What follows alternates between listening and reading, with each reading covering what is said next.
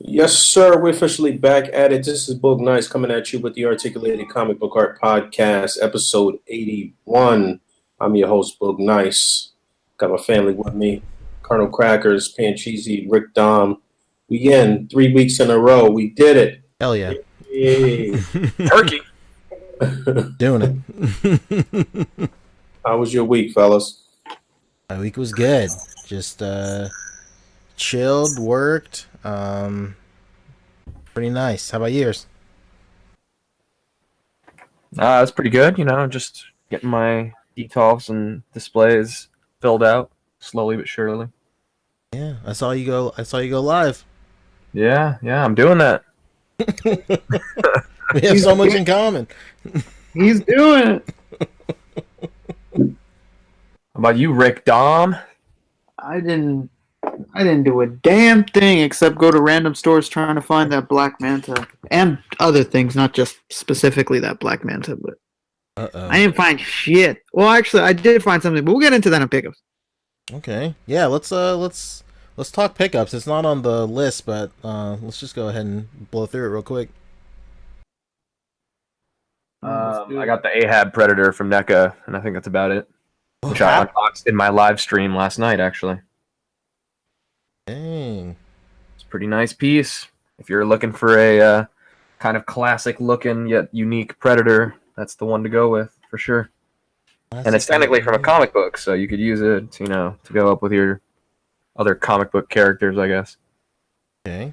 All right. What about you, Rick? You get anything cool? I got a bunch of random shit.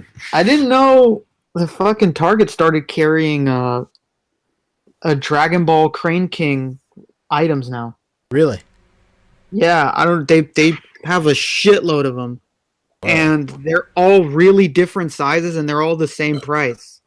Like they had Dragon Ball Goku. I don't know. The figure must be like 4 inches tall. It's $24.99. They have the Ultra Instinct Goku that like literally just came out like maybe a month or so ago for Crane King. That's so and weird. it's like 16 inches tall, 17 inches tall, and it's the exact same price. Jesus Christ. Yeah, that doesn't make any sense. They just kind of lump all of those like Crane Games and Japan figures in this same price, I guess. It was really weird. Target, of all places. Of all places, my friend. Not even GameStop. Man, Target's coming up, I tell you. Yeah, they really are. They're They diversifying. got ambassadors running around in there. It's getting real official. That's true. Word up. They even using some targets for FEMA camps, right? So they say. Or it's Walmart. Yeah, it's Walmart. No, I think you're getting confused because those kind of big stores separate families anyway. Right. Damn, dude. Deep dive. I went into Target yesterday and there was like not a single legend in there that was worth a damn. And then I randomly go to the NECA section and Psylocke is just sitting there. Oh, shit. So Which one? Not the good one. Okay. So I buy it anyways just because I like to stock up on female Marvel Legends like Silk and Rogue. The money that they go for now is ridiculous. So I like to plan ahead, so I have like 3 of her now, and so I'm sitting on those. Did you contact your local ambassador and tell them their section was looking a little fucked up? Excuse me, sir. I'm the ambassador. Now 611, I'll be on the spot. Oh my god! And this is in Poncho's territory now. I was going to GameStops because there's so many figures right now at 50% off. And so I got a shitload of those thrones from Snoke. Yeah. Oh, nice. I mean, $10 for a fucking throne. Yeah. 6-inch figure. I mean, you'd be stupid not to buy it. I heard about that sale at GameStop too, and I rushed down and I saw that they had the Stranger Things Demogorgon from McFarlane on sale, or they had it in the clearance section. Then I went to go up to pay for it, and it was still full price, which was like $50. Done. Oh man, fuck that. And it was still in the section; it just didn't have the yellow sticker. So I don't know what's up with that. Fucking asshole. If you complained hard enough, they would have given it to you. Yeah. I'll wait till there's a weaker employee at work. What's crazy is that they had like a bunch of Jawas on sale too, so I bought a couple Jawas. I know John Paul found like a shitload of them, but I only found 2. And it was funny. I had an experience in that GameStop that like just really depressed me to my core of thinking like, how much does this happen to people? I was in there, and this poor Mexican father that like you could tell didn't speak any English was like trying to help his son, and his son was looking for Deadpool figures. And he goes up to the counter, and he's like, "You guys have any Deadpool figures?" And the guy's like, "Nope, we got these blind bags. You want these?" And Jesus. That's not even the tip of the iceberg. So I hear that, and I literally turn to him and I make a look, and I'm like, dude, what the fuck? You literally have a wall right there of the Legends. And I was like, no, man, you have like 5-6 inch figures right here. Oh yeah, moron. I forgot to leave out that in the middle of me saying that, the son and the dad in Spanish goes to the son like, "Don't worry, tomorrow I'll take you to the Target by the house." Jesus. And the kid looked so sad, and I was like, "No, man, they're right there. Don't be a dick." Uncle And Rick like to the I gave, rescue. they had the '90s Deadpool. They had the one in the pajama pants, and then they had the one that's the mad whatever one, with like the pirate hat. Mm-hmm. So yeah, I was able to help that kid, but I just felt so bad thinking like, damn, dude, how much does this happen? How much do these fucking assholes just not give a shit about their customers and just go like, oh, what we have is that's what we got. You should have took down his information. We could have sent him some shit. Oh shit! Yeah. Oh yeah, I should have. I felt really bad. That dad was. You could tell that he's like a working cat. His pants were filled with paint, and so were his shoes. And so he was really just taking his son to get him something, and I felt so bad. The kid looked like he was gonna cry. I was like, dude, come on, man. I literally said, dude, come on. There's like 3 right there. Damn. Oh yeah. That's not level 5 selling culture. So. No. Yeah, he hit me with the pointing finger. Thanks a lot, man. Yeah, no thanks to you, you piece of shit. You just fucking almost crushed this poor kid's dreams. Yeah. And yeah, that was my experience at GameStop, and I was really disappointed in that guy. Great one. I got those new. All right, well, looks like we need ambassadors for GameStop. Yeah, where's that at? Poncho, call somebody up. Let them know we need ambassadors at local GameStops. Yeah, I mean, I don't know. As the CEO of the company, I'll go on. Exactly. Hit up the CEO. Let him know that we got some plans in line for him and his toy section. Yeah, be sure to tag me in every Facebook post concerning GameStop too. Just like we do with John and every Johnny 5. You're the Johnny 5 of GameStop toy section. John's been having some fucking great luck with Black Series shit that I don't really care about, but I do want to finish off my bounty hunters for Black Series. He's fucking finding everything. Another thing worthy to note, that Snoke from that throne is an absolute piece of shit. Wait, which one? You don't like this? You don't like the Snoke? I thought he was all right. I thought the head sculpt was cool. I don't know. Maybe I didn't explore him as much. He doesn't move at all, pretty much, in the torso. He kind of swivels. There's like no crunch whatsoever. It's just the arms are perfectly fine. The legs are fine. His little Aladdin shoes. His little slippers. Golden slippers. Little slips. He's a big motherfucker, too. Yeah, and it's really tall. I was like, damn, maybe I'll army build these shits and there'll be something weird. Like some deformed shit. Like, I was thinking, like, man, maybe I can paint these up and they'll be the stone men from Game of Thrones. Oh, shit. And, no, this figure is absolute trash. Well, I'm just being a dick. It's just not that great. And I think besides finding those Stranger Things figures, did I ever mention the Hot Toys Marty McFly? They ended up sending me a second one for free. No, what? Wait, no, I think you did talk about that. Yeah, I was fucking I don't know if I ever detailed in this show that I was going through a saga where I got my Hot Toys Marty McFly and the jacket came with like wet paint on it. And I complained. I was like, dude, I don't fucking pay. I didn't pay $200. I only paid $25 because I had credit. I was like, I don't pay $200 for a fucking figure for you to send me a fucked up jacket. So you need to send me another one. And they sent me a second one, and it had the exact same problem. Oh, wow. And I messaged him again. I was like, dude, come on, man. You got to get me another jacket. This is a joke. And I get the third one, and the jacket is fucked up again. Uh-oh.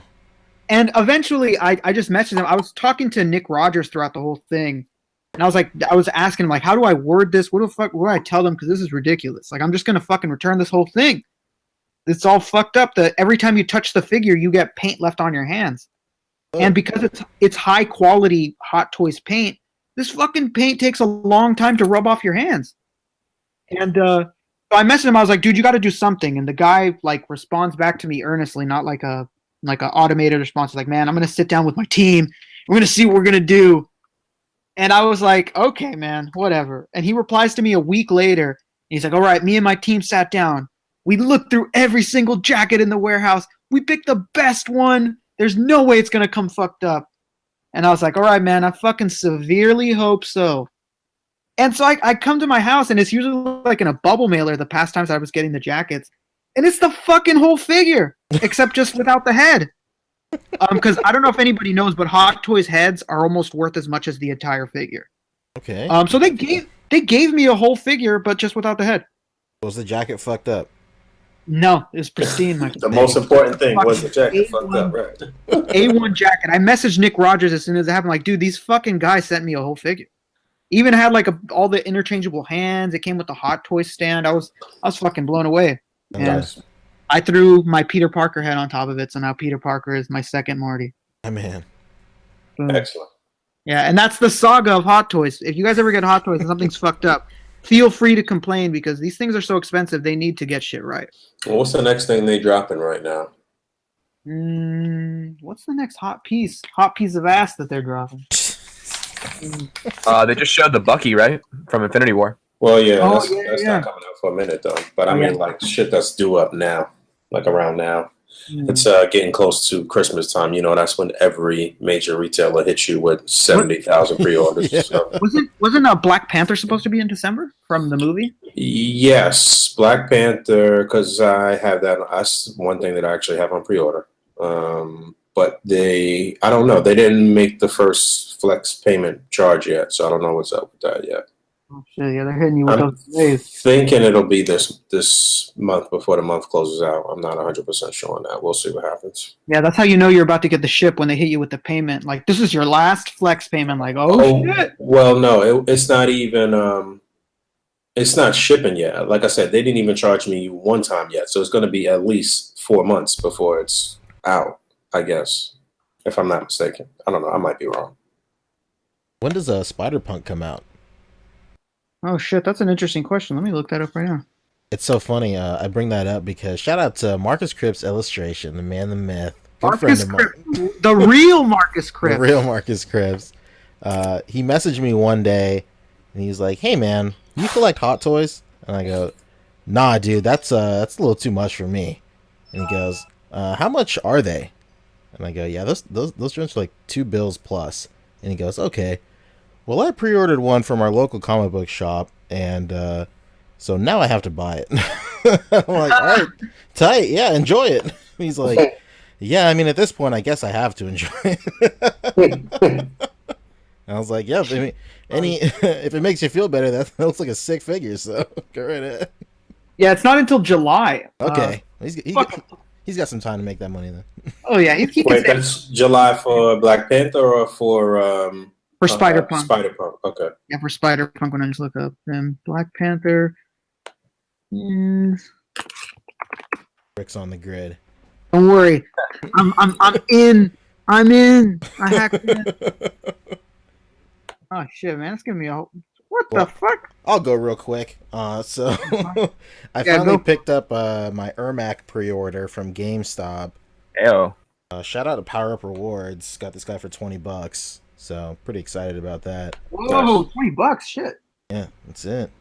You know, when you shop with GameStop and you're a Power Up Reward member, you earn triple points on every dollar spent at GameStop.com or the store. So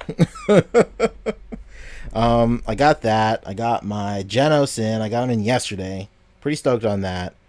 And then what the hell else did I get? I got like a bunch more like little people for like my my Iron Giant and stuff like that. But that fucking Genos is incredible. Genos is great. We'll talk in detail about that a little later. Oh yeah, when the topic hits. but I'm not. I feel bad for only paying like $30 for it, pretty much. I knew that's how I was gonna feel, man. When I hit it with the coupon and it made it 35, I was like, "This is a robbery, robbery in progress." Somebody call the police. But yeah, that's. Oh, I got SH Figure Arts Boma as well. That was like 2 weeks ago. Man, how are those knees in person, my guy? They're okay. So like the one that's like the bare leg, that one's totally fine. But like the one that's like the pant leg is just, it's strange. It looks just super weird. Like, but you can mess with the angle and stuff like that incriminating photo that we shared. Oh my god, that was a hand in the cookie jar, man. Yeah, that was about as worse. That's about as bad as it gets. But you know, otherwise it's totally fine. And like like I know that people are pretty heated about it not being scaled with the weird Dragon Ball scale that SH Figure Arts is doing, but like it being a traditional 1/12 scale figure is so good because it opens up so many possibilities for her displaying with like, just regular bikes and cars that you already have in your collection. Otherwise, if she was like the size of Roshi or Goku, she'd be like too huge. She'd be like an Amazon woman with these vehicles. Yeah, it's pretty cool to maybe take off that head and swap it onto other shit too. Huh? Yeah, exactly. Yeah, like that. I think they had to have been thinking that, like the possibilities for the head swapping and like kit bashing. Yeah, we might be giving them too much credit, but okay. Because of the size, does it fit better with a desktop McCoys? Because you know how those always like SHF. It's like perfect with desktop McCoy actually. Nice. So like I've been like constantly, my hand's been hovering over the add to cart button on a bunch of different desktop McCoy figures. That was like the first thing when I was like, damn, when it said in stock at Big Bad Toy Store and it was in my pile of loot, I was like, damn, maybe I should fucking look at these desktop McCoys. Because I can't just have her fucking working on the Akita bike. Like I can't do that, man. Yeah, so that's pretty much it for me. Bug, you get anything cool? This past week, I missed everything I was supposed to be getting. I stepped out yesterday, and for whatever reason, I thought that I don't even know what this was that was being delivered. Either it was the single carded SHF Black Panther or the SHF Anakin. I don't know what happened, but I thought that I had shipped both to my job. But I missed something yesterday. I stepped out for a brief moment, and of course, the fucking post office comes when I step out, and it was signature for whatever reason, so they didn't leave it with a neighbor. So yeah, I don't know what it was. So I missed those two things, and what did I actually get in hand this week? I don't know. I don't think I got anything this week. Let me just double check. Yeah, I don't think I got anything in hand. I was just waiting for those two things. Checking my Instagram, but yeah, that was it. I pre-ordered Cable, which I guess we'll talk about shortly, and that was it. Yeah. Did you get Genos? Nah. Oh my god. Nah. I feel personally attacked, man. That figure is gonna be marvelous, and I don't even have it in hand yet. I don't get it till Tuesday. Just live vicariously through me. I like it, Pancho. That's it. You're reaching out to friends, man. Of course. Let's get into topics, I guess. All right. So the first topic is the Discord server. So so this week, A.C.B.A. launched its official A.C.B.A. Discord server. So for those of you who are unfamiliar with Discord, Fabio, let's give me the pitch for Discord. Well, Discord is mainly originally, I guess, used for like a voice over IP for gaming, so people could like log on to a separate server from the game itself and talk to their friends or their party outside of the voice chat of the game itself. But it's kind of become its own thing where you can kind of just have a server and have it be like, I guess, somewhat in between a Facebook group and a subreddit. It's got elements of like a forum, but also elements of like an open sort of group. I don't know. Yeah, so server. I don't know how to even describe it. yeah, it's pretty interesting. Yeah, so just like you said, I started using Discord for like video games, like chatting and stuff like that. And then I noticed that so the Switch, like the Nintendo Switch homebrew scene, actually has a really active community on Discord, and their Discord server is like very organized and really just like kept up to order and just looks really clean and really neat. So I decided, yo, why not A.C.B.A too? So like we chopped it up, and then I set it up, and it's kind of, people have been joining in and out over the last week. But the best way to describe the Discord is like, Discord is an app that you can use on your phone. There's like a dedicated desktop application for Windows and PC. There's like an iPad app also. It's on Android and iOS, and you can even use it in like your web browser too. If you don't want to download an app, you just make a username, and then it's basically, like you said, a chat room and a forum mixed together. Whereas like it moves fast paced, live in real time like a chat room, but it's like a forum where everything is organized. So I actually have it pulled up here. Screen share with you guys too. This is going to be really meta because I shared the link for this live stream into the Discord. Hell yeah. Boom. So here we go. So this is basically what the Discord server looks like. Everything's sectioned off into categories. So we have the information category with all the server rules, and then we're gonna have announcements in terms of like if we're gonna start doing like Discord exclusive events, and we'll announce like world tournament stuff here. Photo combat stuff. Community spotlight is where, if you're familiar with the like page for A.C.B.A on Facebook, I'm just gonna mirror that stuff here too. And then the most interesting thing about this Discord is basically the potential for like real community in terms of the A.C.B.A community. So like the Facebook group is like super great for putting your shot out there, and getting putting like and tagging it what's a grind on, and then like you come back later in the day, and then you check all the comments and stuff like that. But there's a what's a grind on channel here on the Discord, and you can actually just post your picture straight up, and then whoever's online will just give you feedback instantly right away. We also do like on the table, and then everybody shares like on the table like what they have going on, and like we chop it up about that. So it's really cool. So like there's stuff for dioramas and stuff, and then customs, share your customs, and then super cool stuff. And it's not all just like A.C.B.A all business, anything like that. So like there's a general chat, we can talk about movies and comics, TV, literally anything. So if you want to like join the Discord, it's super cool. Just think of like the Facebook group, but like a little bit more fast paced, and just live, and you can just talk about anything. So like like on the Facebook group, again, it's for sharing pictures, your final shot, getting critiques and constructive criticism on shots and stuff. But on the Discord, you're free to just pop into the correct channel, of course, and then just chop it up. But and a lot of the sort of work in progress on the table, what to grind on stuff, is to hopefully help you to finally post that final complete shot exactly on the actual Facebook group.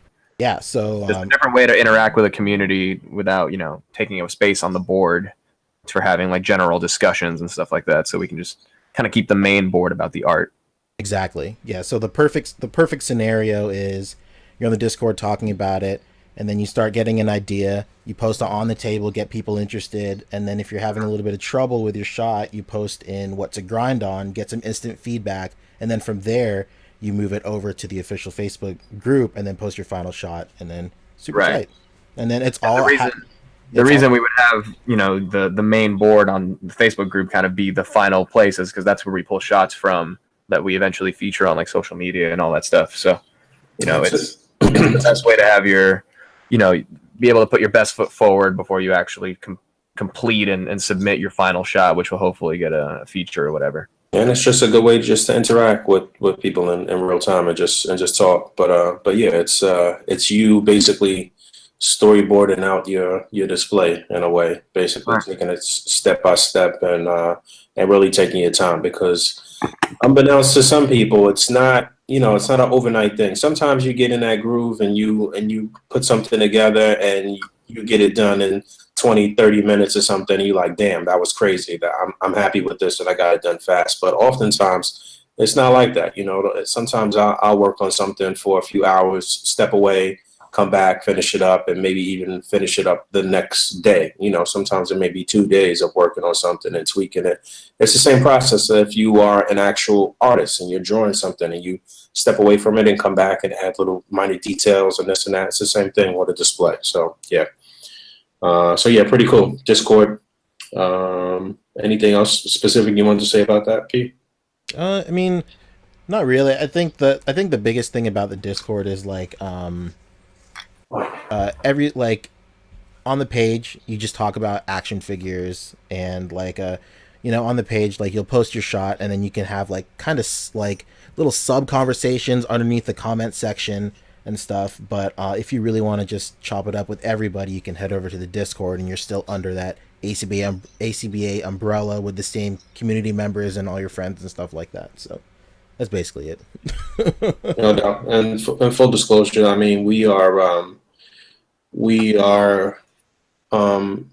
doing this and doing other things and have other things in the works to have another solid platform for us to talk A.C.B.A and do A.C.B.A stuff as we feel the power of or the potency of Facebook waning a little bit, basically. So that's what this is all is about. We got to get a young, fresh audience in here. Right. So we trying to keep up with the Joneses and keep up with the times and do things to keep A.C.B.A at the forefront and keep us as and basically to remain as the trendsetter as it relates to display art and displaying and collecting and stuff like that. So that's what that's about. And don't forget, we've got a subreddit as well. So I see some people that aren't necessarily part of any other social media site that can actually like interact with an audience. So a lot of the stuff that they post doesn't really get a lot of feedback. And I think if we get a lot of our kind of regular posters on say Facebook and Instagram, just add Reddit as your sort of regular platform rotation, then you'll get a lot of fresh eyes on your stuff, and you'll be able to help kind of an emerging audience as well. And if you're on the subreddit or if you're on the Discord, there's no reason you shouldn't be on the subreddit, because I mean, if you can figure out Discord, it's easy to figure out just about anything else. No doubt. Yeah. All right. Next up is the Genos, the Dawson Genos. So I'm the only one here with it. So I'll take over. just pitch your review and move on. That's it. So I am working on a review right now. It should be up by tonight, but I mean, the 5-minute pitch it's incredible. This figure is off the wall. It's so good. Like, so for those of you with the Dawson Saitama, like that one, it's a great figure, but like it feels like a third party figure, like especially like a pretty early on in the company's cycle third party figure. Like the elbows kind of bend backwards a little bit, and the plastic feels maybe a little weird, but this gen and like the face sculpts on the Saitama, like the normal face sculpts are a little hit or miss as well, but that Genos is like night and day. It's unreal. Every single face is on model. It looks incredible. Like none of his elbows bend backwards or super weird. Like even though Dawson, like their figures are basically SH Figure Arts bodycoons, like this is the most away or the most distance it's looked from a bodycoon. Like I mean the bottom half and like its legs and stuff still kind of look like a bodycoon, but he has like a whole new torso and whole new arms and stuff, and he just looks real. It's just a really solid figure. I will say some of its downsides are the ankles are like a little weird. The Saitama suffered from the same thing too, whereas the pivot is like strange. it's like a regular like Figma or like a Figma joint kind of, where it's like the two pegs and then like the just like the swivel or like just a hinge basically. But like then you can kind of work like a pivot from like finagling those two joints. It's like super weird, but this, like I said, the Saitama was like that, and that's one of the biggest glaring issues about this figure. But if you're a pretty seasoned display artist and like you're pretty good with posing figures, you'll find a way to get the pose you want, honestly. And then the other thing is like the way you do like faceplate swaps is weird too. So the articulation, like the joint pegs in to the actual faceplate. So not usually like how on SH Figure Arts, like it pegs into the hair, and then from the hair you remove the faceplate and like the bottom and like the top of the hair, like or the bangs or whatever. So like on the Genos, it pegs like he comes with four faces, and you have to peg into the actual faceplate, and then you attach the hair from there. It's kind of weird, and like I don't know if it's just mine, but like the pegs sometimes when you pull it off, it'll separate from the neck and the head instead of like the joint to the head, if that makes sense. And that's kind of a pain too. But I mean, those little flaws are like totally eclipsed by just how incredible this figure looks. It's insane. It looks so good. Hell yeah. I know, like do they have plans to do anybody else? I mean, I guess that you didn't know that they had plans to do Genos before they did it, huh? Yeah, I mean, like they showed that One Punch, and like for a couple of months that they showed like the Saitama, and then for a couple of months it was like, tight, I guess we're getting another Saitama, and then they like blew the lid open with that Genos, and I'm like, oh shit. So, and the thing about this company is that when they show things, they're like almost done with it. Like they showed that Genos. Sure. We had it up for order already, like a month later.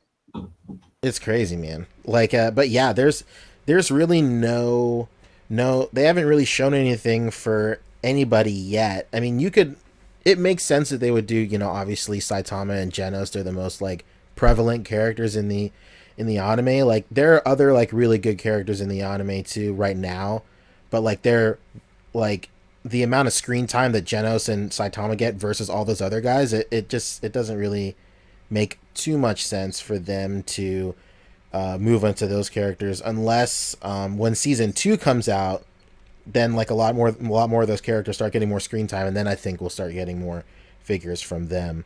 But I would love to get like a Boros from these guys for sure. What were we gonna say, Rick? I would love a speed sound. Yeah, Sonic speed and sound. Sonic speed and sound. I'd love a Moomin Rider. Yeah, Moomin Rider. God, and Katsumaki. Sign me up. Yeah, I mean, I think if they were to do anybody, Katsumaki probably, just because she's still the most prevalent in the next season of the anime and then the manga right now. So what about the villains though? Yeah, so like I would like a Boros. Boros was like the main villain of season 1, which is really cool. But like I think the biggest problem with some of these villains for the One Punch property is like they're one and done. They're one and done, but like the guys that like loom over like multiple arcs and stuff, these guys are like enormous. They're huge. Mm-hmm. Okay. They're like 3 or 4 stories tall. And right. So, it's whatever. The cool thing though, I think the coolest thing about these One Punch figures is One Punch in itself is a satire of anime and manga. And a lot of their characters just end up looking like other characters anyway. So if you're pretty smart with your display or your photos or whatever, you can just obscure a figure you already have in your collection enough, and it totally works. So I'm doing like some B-roll for my review right now, and I'm using the Marvel Select Abomination, and it just looks like a powered up. There's a character called Sea King, and it looks literally just like him. It's crazy. Yeah, I was gonna say that. It's funny because there's so many figures that exist that could just be random villains from the show because like most of the villains are like randomly mutated people. Exactly. Yeah. So like like with the Aquaman movie, like that Crab Lante figure, even though it doesn't look like Crab Lante from the face, Yeah, it works. like it could totally just be another fucking person. Yeah. Who was that did a custom of that figure? That was Craig. Warren. That was Craig, right? Yeah, okay. Yo, that is literally the greatest One Punch custom ever. Period. Yeah, that should look so good. good. Yeah, that should look really good. He fucking killed it. I think Craig's customs are the best customs of anything. Is One Punch still doing current episodes right now? They're not doing the season 2 is happening next year, but the manga is still going. Gotcha. Okay. Yeah, so it's pretty interesting. So the real author of One Punch Man, he goes by the moniker One. He his situation is really funny because One Punch Man is his comic where he was just making when he was learning to use the software for like writing manga, and he doesn't draw well by any means, by any means at all. So he draws like almost stick figures. Yeah, so like that really famous expression of Saitama where he just goes, "Okay," that's his art style. It's like really shitty, but it works, you know. So he puts out his manga, and then the manga artist that does iShield 21 and he did iShield 21 before, and then he did some other stuff, but he liked his manga so much, he reached out to him. He's like, "Yeah, I'm just gonna fucking make this. Like, you mind if I just redraw this shit and like just publish it?" And he's like, "Yeah, let's do it." So you got One making his own manga that's like way out there, and then you have the iShield 21 artist who's putting out the manga, and that's further than the anime, and then the anime is like way behind as usual. Yeah, and then like when he redraws the manga, it is literally just him redrawing what One does in his own style. Yeah, it's great. But yeah, that's it for Genos, honestly. If you guys, if anybody's on the fence about getting a Genos, like, you know, pull the trigger immediately. It's what did you think of the apron? Dude, the apron is nice. Like maybe it's a little too starchy, I don't know. It's very stiff. It was, but then like I moved around it, and like I think the problem was I tied it too tight and it looked kind of weird, but then after a little bit, like I loosened it up a bit, and it looks just fine.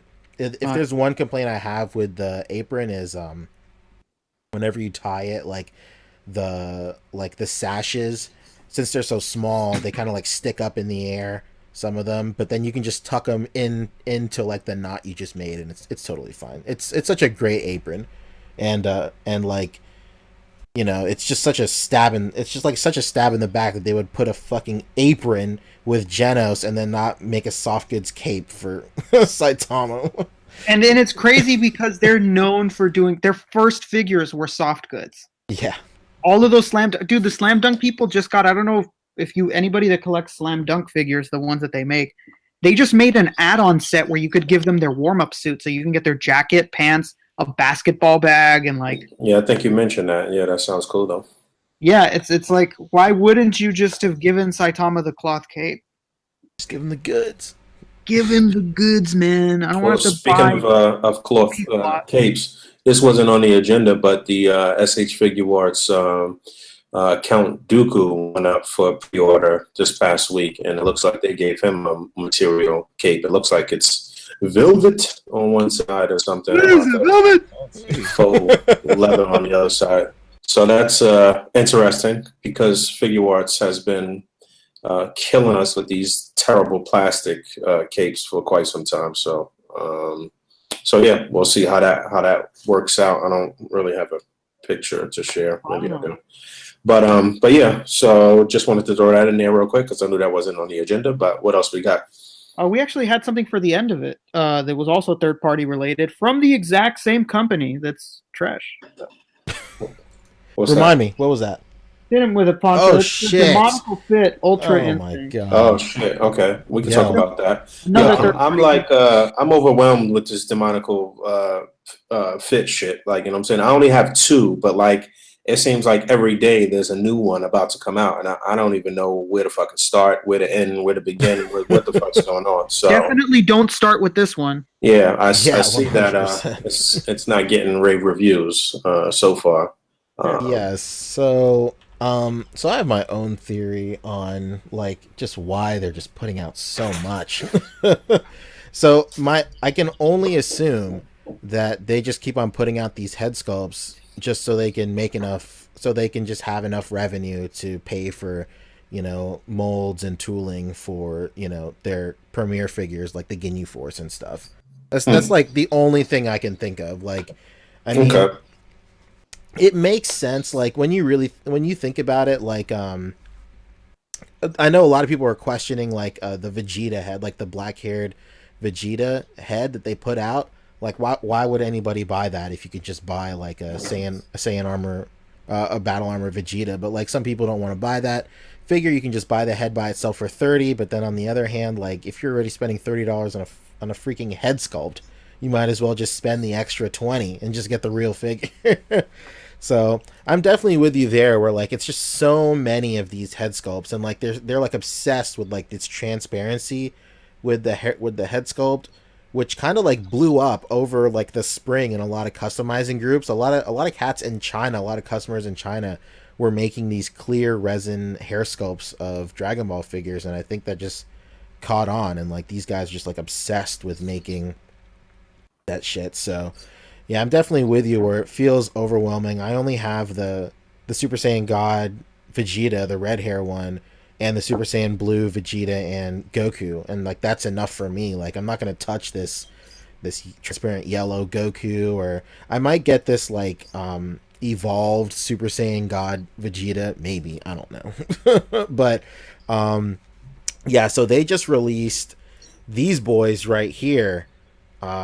It's like the Ultra Instinct Goku, the base Ultra Instinct, and the mastered one, and just something about this hair sculpt just looks banana bread cuckoo to me, man. I don't.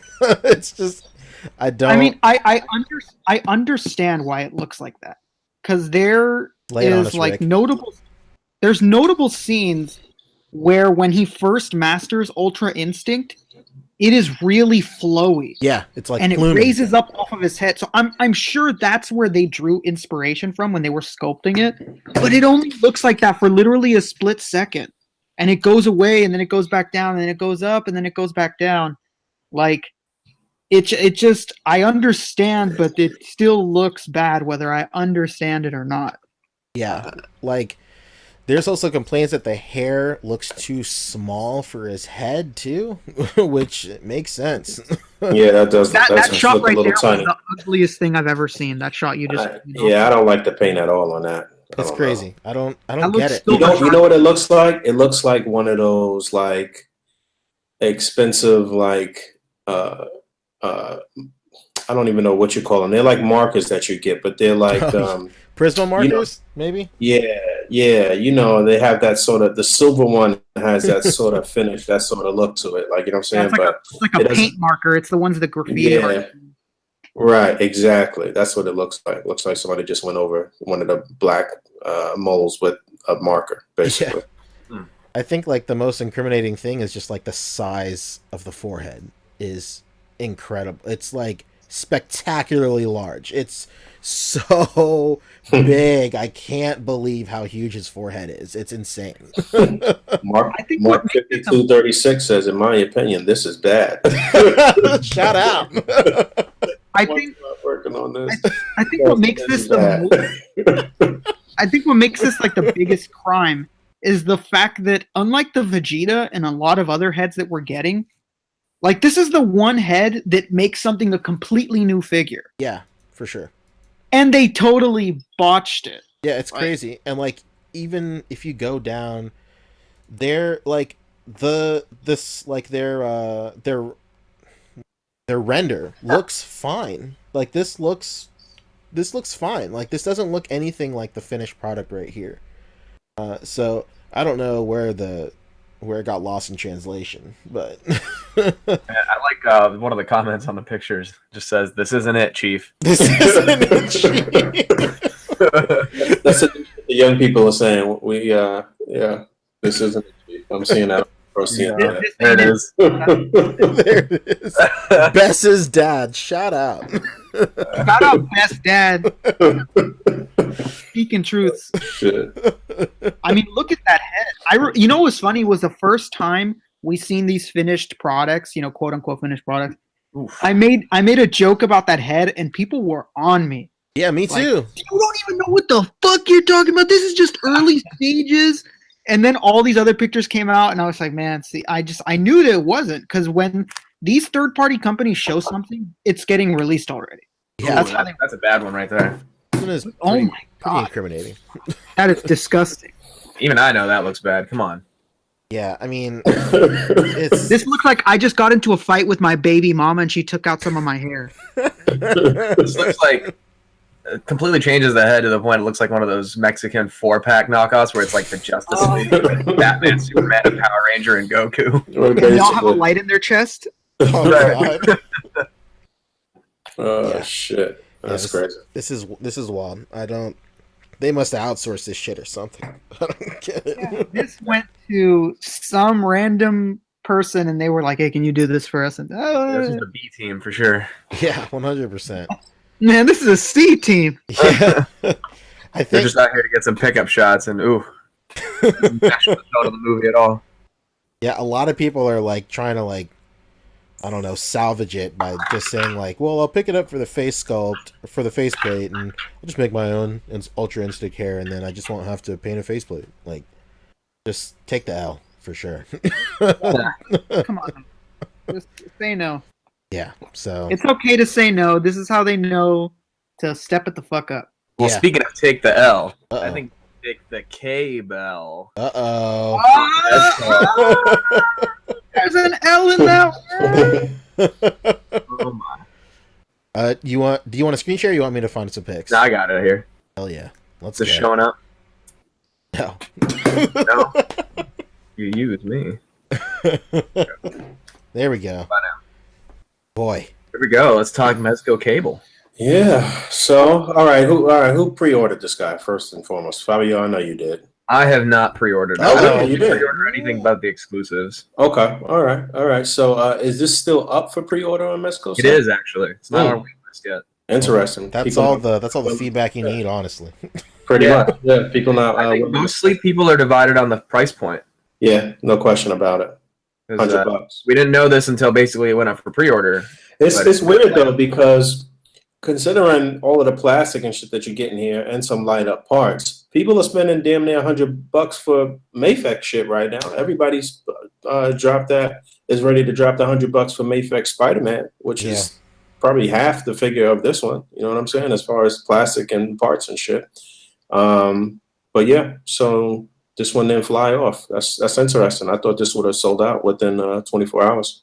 Yeah, I saw a lot of comments really disappointed with the price more than anything, because mostly I think they just feel that they think this will drive up the base price of regular Mezco figures as well. Yeah, they don't want this to set a precedent. Right. Yeah. And I don't think that's true. I think they've done a pretty good job of kind of dividing what is a certain price and what isn't. I mean, the Iron Man was 100, wasn't it? And so was Cyclops, and those are light up parts. When everything has light up, it's 100 basically. Yeah. And Darkseid was over 100 because it had the light up parts and it was the polystone bullshit. Right. And on average, I think even what was the last thing? The exclusives from New York, were all $85, which is base price for pretty much every Mezco figure. So I don't think they're really going crazy with the price quite yet. I think it's quite justified, and this is some of what Mezco does best is a lot of these cloth, pants, military gear, some armor pieces, shit ton of pouches, guns. This is all, it's your futuristic tech Punisher, which is one of their best selling figures, I think. Honestly, my problem with this figure was that it's just it feels so one note because of the colors. Yeah. Right. You're not that chest armor should not have been blue. Yeah, no doubt. It looks really just plain because of that. Mm-hmm. And I think that's what the light up parts are going to help with. He looks like he works for the city. Yeah. Oh my god! I've seen a lot of comments saying that it looks like Gears of War cable, and it looks like a bunch of different other video games and properties and shit and whatever the case may be. What a Cable had Definitely basically. They know that's what Cable like basically was, right? Yeah, for the most part. But No, yeah, I agree. If the chest part was a different color, it would probably bring him to life a bit more. Also, I'm sure that a lot of people are thinking, all right, I already got Deadpool. I want to get Cable. And there's nothing there that really kind of ties the two together as far as the color schemes go, too. You know what I'm saying? So it's... Yeah, I think if his blue were a little brighter, it might go with that Deadpool better. But he's very muted, and that Deadpool is actually very bright. Yeah, and they have such nice sculpt all Yeah, over I that love armor, this head like sculpt. with like no point. There's like no paint on the armor to highlight all of the sculpt. It just gets lost, and it's like, why? But we have to remember these are still prototype images. We haven't even seen this in person with the light up function, have we? No, No, I don't well, we think- haven't seen it light up, but it was on display at New York Comic Con. It Which looked probably means good. that the prototype they had there wasn't even, close to final because they don't have a light up sample. Keep in mind, I'm totally pre-ordering this because Oh yeah, I'm this is definitely a definite buy. But I'm gonna paint the fuck out of that top armor. That's gonna get yeah, a little step change on my own. What color do you think it should be? I'm putting like a dark brown, and then I'm washing it with black and highlighting all the marks it has all over the armor. Mm. I love this head sculpt too, by the way. So It looks like Great. is it just the? Are we to assume that just the chest piece lights up, or is the eye? the eye lights up too. Oh, okay. The guns light up too, right? Really? I don't think so. I think it just looks like it does. Because a lot of these, I mean, this is all photoshopped on. Like I said, they don't even have a light up sample, but Mhm. Well, I think why the gun would is only painted to look like it lights up. maybe? Yeah, yeah, I can see that. I'll tell you what. If the guns light up, if they've got a little switch on that gun, a little Yeah, it's over. tiny battery in there, it's worth $100. Yeah, I'll say that they probably would have done a much better job at selling this had there been just one picture of Deadpool with him.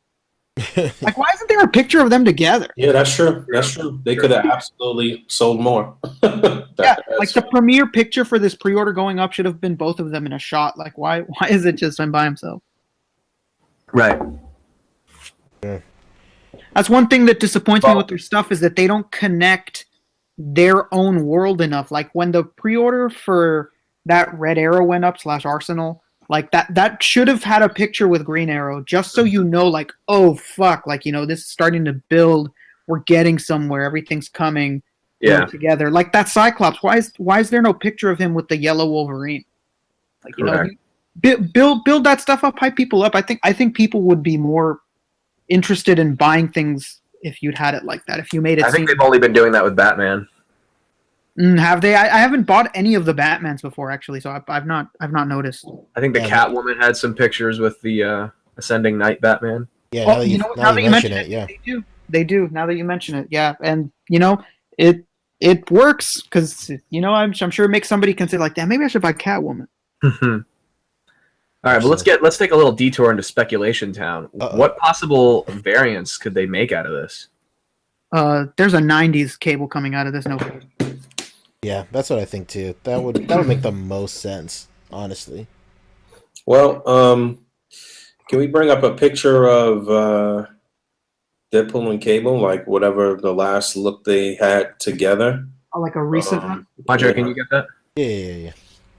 I would love if anybody wants to contribute on the speculation train. But not only what variant of this particular character, but what other characters could they do with this particular book? Because basically what we're looking at here is the same sort of design as Deathstroke, where arms, legs move a little bit, but you're not going to get any movement in the upper torso and shit. And I'm wondering if that harness will be able to come off at all. It would be nice if all of that shit was removable, honestly, and you could just get him down to his, pants and a undershirt or whatever the case may be. His boots look pretty big too, so those are probably like right at the knee. So I'm wondering if this is a different buck because the arms look way more buff than say Punisher. It looks like he's got a double jointed elbow for sure too, because they've got that one picture with him holding the gun over his shoulder and shit. Yeah, Punisher has double jointed too. Mm-hmm. But I think it just looks a little bigger. I don't know. They could do. Someone mentioned in the comments that they could do Strife out of this. I don't know if Strife was like popular enough for Mezco to do. You know what I'm saying? It's like Legends will cover that shit. They'll do every character in the Marvel universe, but I mean, he would have to look phenomenal for people to fuck with a Strife. You know what I'm saying? Like it would have to be like some extravagant shit. You know? Yeah. Sign me up. I honestly, I would have preferred if there was no light up feature and we got a Messiah version with an interchangeable Hope chest piece. I would have liked that. You know what? You know what? Bearded version too. I see that coming. Word. And you know what? They can absolutely retool the baby from Old Man Logan and give us a Baby Hope. At least the backpack. Right. Yeah. No question. And So there you have your Messiah version too, and you could even add another cloth piece. You can do like the cloak he wears. You can do that in a cloth piece too. Kind of like that Judge Dredd poncho. That last one that you just showed, P. That would have been cool. That yellow and black. And there's got to be one with some yellow coming. I don't know I don't know if it'll be a straight repaint of this armor. Maybe the pouches will be yellow. The armor will be more yellow. But I could definitely. They have to reuse this armor, so I could see this being redone in yellow. Yeah, same here. And this could have been the test too, because shit's not sold out yet too. So they might be like, well, I guess people not fucking with Cable, like, you know what I'm saying? And I don't think anybody would have complained that there wasn't a light up feature. I wish that they would think more like, do we really need to sacrifice something or up the price for something that people aren't really going to be like, oh my god, the fucking eye lights up. When I heard the eye lit up, and I mean, my name on social media used to be Cable, so I love the character. But when I heard the eye lights up, I thought, damn, is that gonna fuck up the articulation on the neck? That eye is gonna light up. That's the first thing I thought. I didn't think like, oh my god, the fucking eye lights up. Yeah, he might be. He might be mostly a fucking statue. Yeah, what did we possibly sacrifice for the fucking eye lighting? For the eye, right? Or the chest. Like, I don't think what's being sacrificed, possibly, maybe that's not a problem, but what could possibly be sacrificed is worth what we get, in my opinion. I'm wondering if the harness itself is what has the battery, and it's not like going to be connected to his chest. Same with the head, because that would be really smart. I think the head will just have a battery in it, just like that armored Batman. Exactly. Because I do see that there's a seam line here, so it's not like the neck and the head are one piece like Joker was.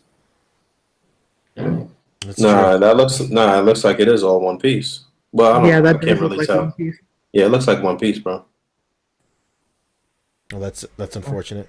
I love that he looks like Rutger Hauer. That's my favorite part. Oh, the sculpt is fantastic. Don't get that mistaken. The sculpt is sick. But yeah, the more you look at pictures and the more you look at the neck, you're like, that's a little stiff head there. I don't know. There's some tiltage going on. Look right here. He's not always looking the same angle. I can see what you see, but I don't know. I wish I would. I'm gonna have to go back and look at it. I mean, no, look at that. That looks like it's one part that'll just connect right down into that long peg that they do for Joker and whoever else they do. But we'll see. I guess we'll see. Yeah, what's the release date for this? 2019? Oh, somebody suggested they could do a Bishop out of this too. Ooh. Interesting. That's smart. They could easily reuse the boots and the straps. Give him a new harness, no harness, something. Interesting. Okay. Always been on black. Or that. That would be super dope, actually, if we got a Cable. Because doesn't his eye light up too? Bishop's? Yeah. Am I wrong? I think so. Does it not? I believe so. Oh, look at us doing Mezco's job for them. Man, when I was in high school and I turned 18, I was dangerously close to getting an M on my eye. I didn't do it. I didn't do it. Damn, you was ahead of the curve with all of these SoundCloud rappers. And shit. Yeah. Yeah, I was like, hey, I'm gonna do the Bishop M. I just turned 18, baby. Let's get it. Let's do it. And I ended up buying some shoes, thankfully. Let me guarantee that I will never ever have a 9 to 5. Yeah. Unless you send a fucking text right away. All right, well, I'm happy with it. I'm definitely getting it when it comes out. I just really want to see some variants, you know what I mean? Like we should just know what variants they're gonna do so that we can kind of, not be forced to get them all. Just watch. As soon as pre-orders are closed, they announce the next one. I wouldn't be surprised if we see another fucking Deadpool. You know what I'm saying? Once they get the ball rolling on this, it'll be another fucking Deadpool. Because how many Deadpools we got so far? 3? Yeah. Red Pool. Well, 4 if you count the Red Pool twice. You know what Deadpool? Red Pool twice? Yeah, the exclusive with the head pool and the regular. Oh shit. Oh, yeah. Right. That's right. It would be sick if we got the Hasbro boxer one, but like cloth boxers. That would be so sick. Sign me up for that. I mean, they probably wouldn't do it, but sign me up for that. If they redo it, they'll probably mix and match parts like they have been. So they'll use the harness from the X-Force one on the red Deadpool. Kind of they make could it use those. good. They could use those old brown Wolverine pants that they never.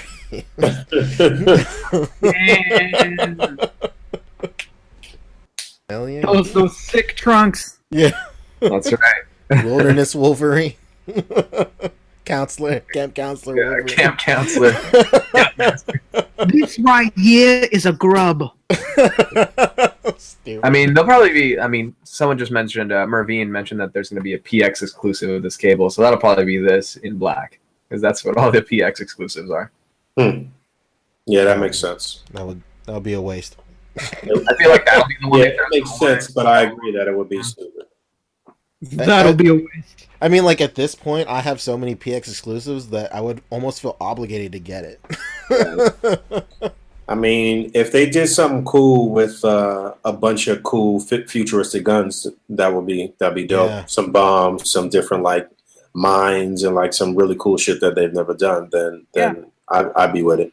Give us like the plain black one, but with a shitload of like crazy arsenal. That'd be awesome. Yeah, that'd be crazy. And then if they included, I don't know, Baby Hope threw her in there. Some shit. Hit me with the Baby Hope. Hit me with the Baby Hope, please. Yeah, Baby Hope is definitely coming. I'm sure. Yeah, I can't see how they wouldn't know to capitalize on that backpack and baby combination thing that they already did. So, yeah. Who else is running around with babies? See you like that. Hey, Spider-Woman got a baby now. That's true. That's right. Yeah. Well, if they did a Luke Cage, maybe.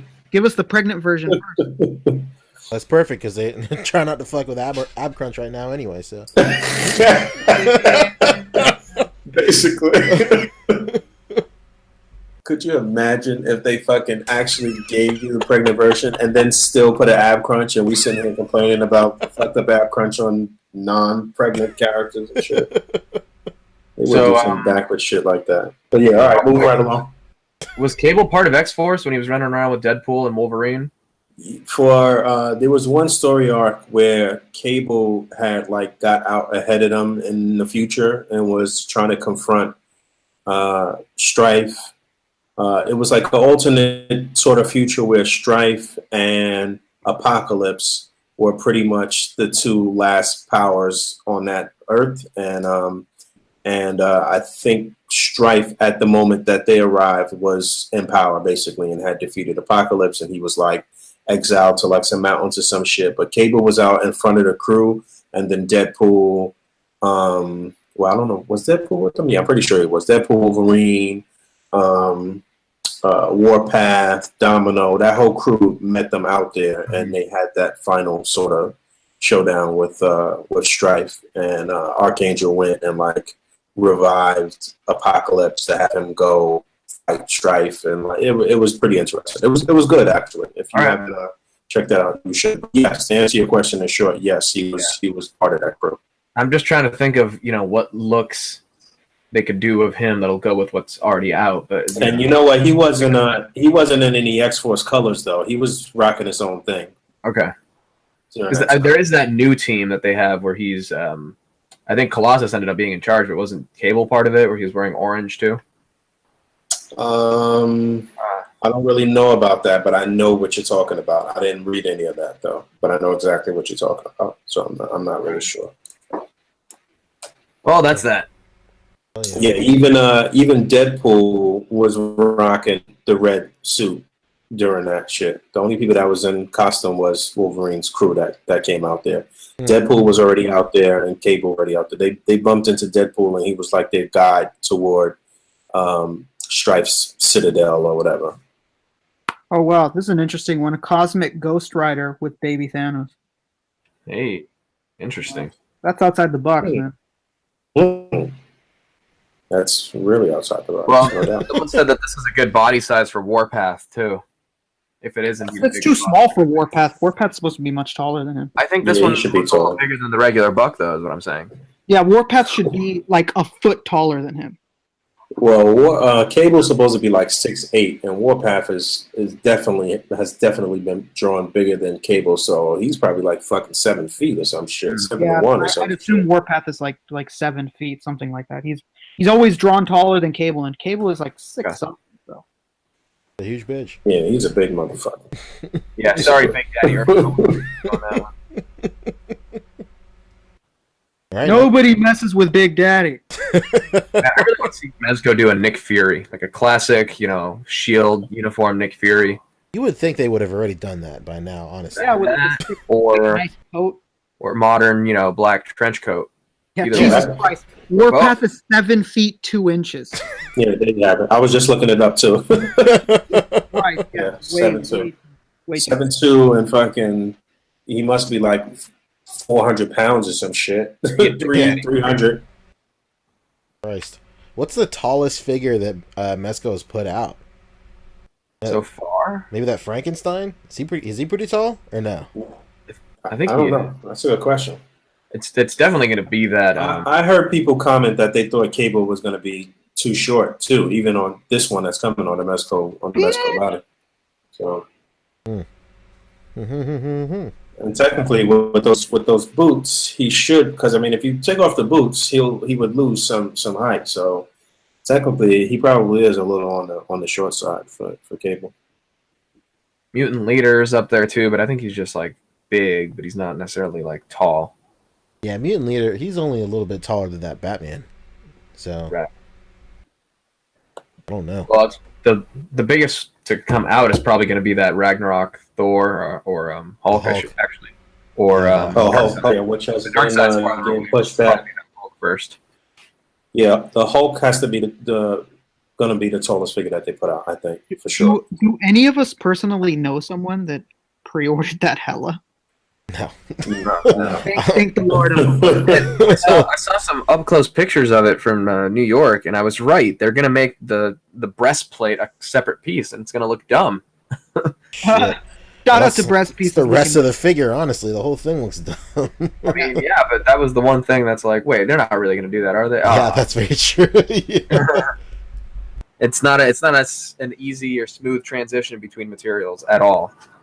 Jesus Christ. It's Jason Bourne. It's Jason Bourne.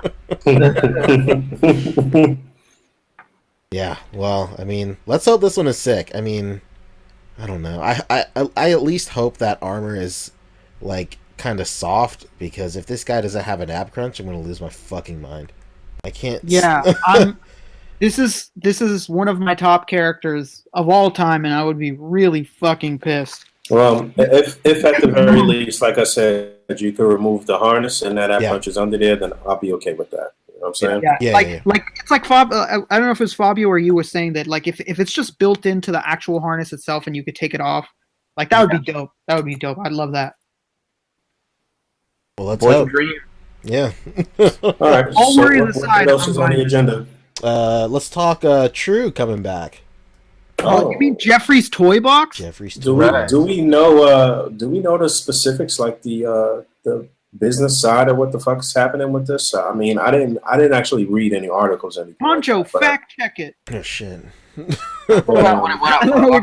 just throw things at Poncho. But yeah, for those in the listening, apparently Toys R Us is reneging on bankruptcy. I don't know how you do that, but Man, they're pulling a classic duck and run sort of move where you call bankruptcy and then you change your name and come back and pretend you're something else. Yeah. Basically. So I don't know how you do that or the legalities of something like that, but apparently they're like, fuck it, we got to do this for the people, or maybe they got to do it for themselves. I don't know what's going on. Who's the CEO of Toys R Us? Oh my God, he's in the win. That's who he is. I try to look this up, and it gives me a town out in the boonies that's making a complaint. Toys R Us is coming back, but they're leaving us off the list. I'm dead serious because it's kind of local, like 100 miles away, and it's just so funny. That's the fucking first article that pops up. So I think right now it's just in the very very early planning stages. So I think couple of investors are doing some shit. I don't know. I don't know the specifics, but yeah, if there is definitely a way for them to just backtrack and come back, especially with their old locations, just with a brand new facelift, I think that would be really cool. 100%. I forgot who said it earlier. It may have been John Papa Sergio. Shout out to John. I think he was saying this whole bankruptcy thing is the perfect way to liquidate all your old shit that you don't want and just sell it to Ollies and just get the fuck out of here with all your old stuff. Yeah, Matt McDoodle just said it in the chat too. Fire all your employees without severance is an easy way to get rid of overhead. Yeah, actually, that's probably the biggest thing coming from this is that a lot of employees are really upset. You know what? I just saw. Damn. I was just going over to get some food last night, and my local Toys R Us was 5 minutes away from me. It's a mall very close to where I live or whatever, and there's a lady that lives in my building that worked there, and I just overheard her talking to the bus driver when I was getting on the bus to go get food or whatever. And she was like, yeah, I lost my job. I worked for Toys R Us for 18 years or whatever. I didn't even know she worked there that fucking long or whatever. And yeah, so it was a lot of people that lived in my community that worked at that Toys R Us. So that's crazy. Let's do that. Yeah. But yeah. Okay, is that pop-up Toys R Us in Midtown still out there or no? No. It's gone now. It's something else. Okay. I got what's going on now. Basically, this with the facts, Rick. The people that owned most of their debt are coming together and resurrecting it themselves, and it seems like they plan to only start in regional mass merchant malls during holidays, and when that picks up, they want to build back the stores down the road, it says. Interesting. Well, that absolutely means that they see something in it for them. They see some light at the end of the tunnel. They're about to try to cake up in some way, shape, or form. I mean, it's bad when people like Target, Walmart, and Amazon are like, please don't go out of business. We can't handle this much stock, please. Don't fucking do it. It was like when Burger King was going to go out of business and McDonald's lent them the money to not go out of business, because when you leave a void like that in an industry, it's bad for everyone that's in it, even your competitors. They don't want you to go under. Yeah, that's interesting. A lot of sense. Boom. Well, that's that. Shout out Burger King. Speaking of things getting canceled, Iron Fist was canceled.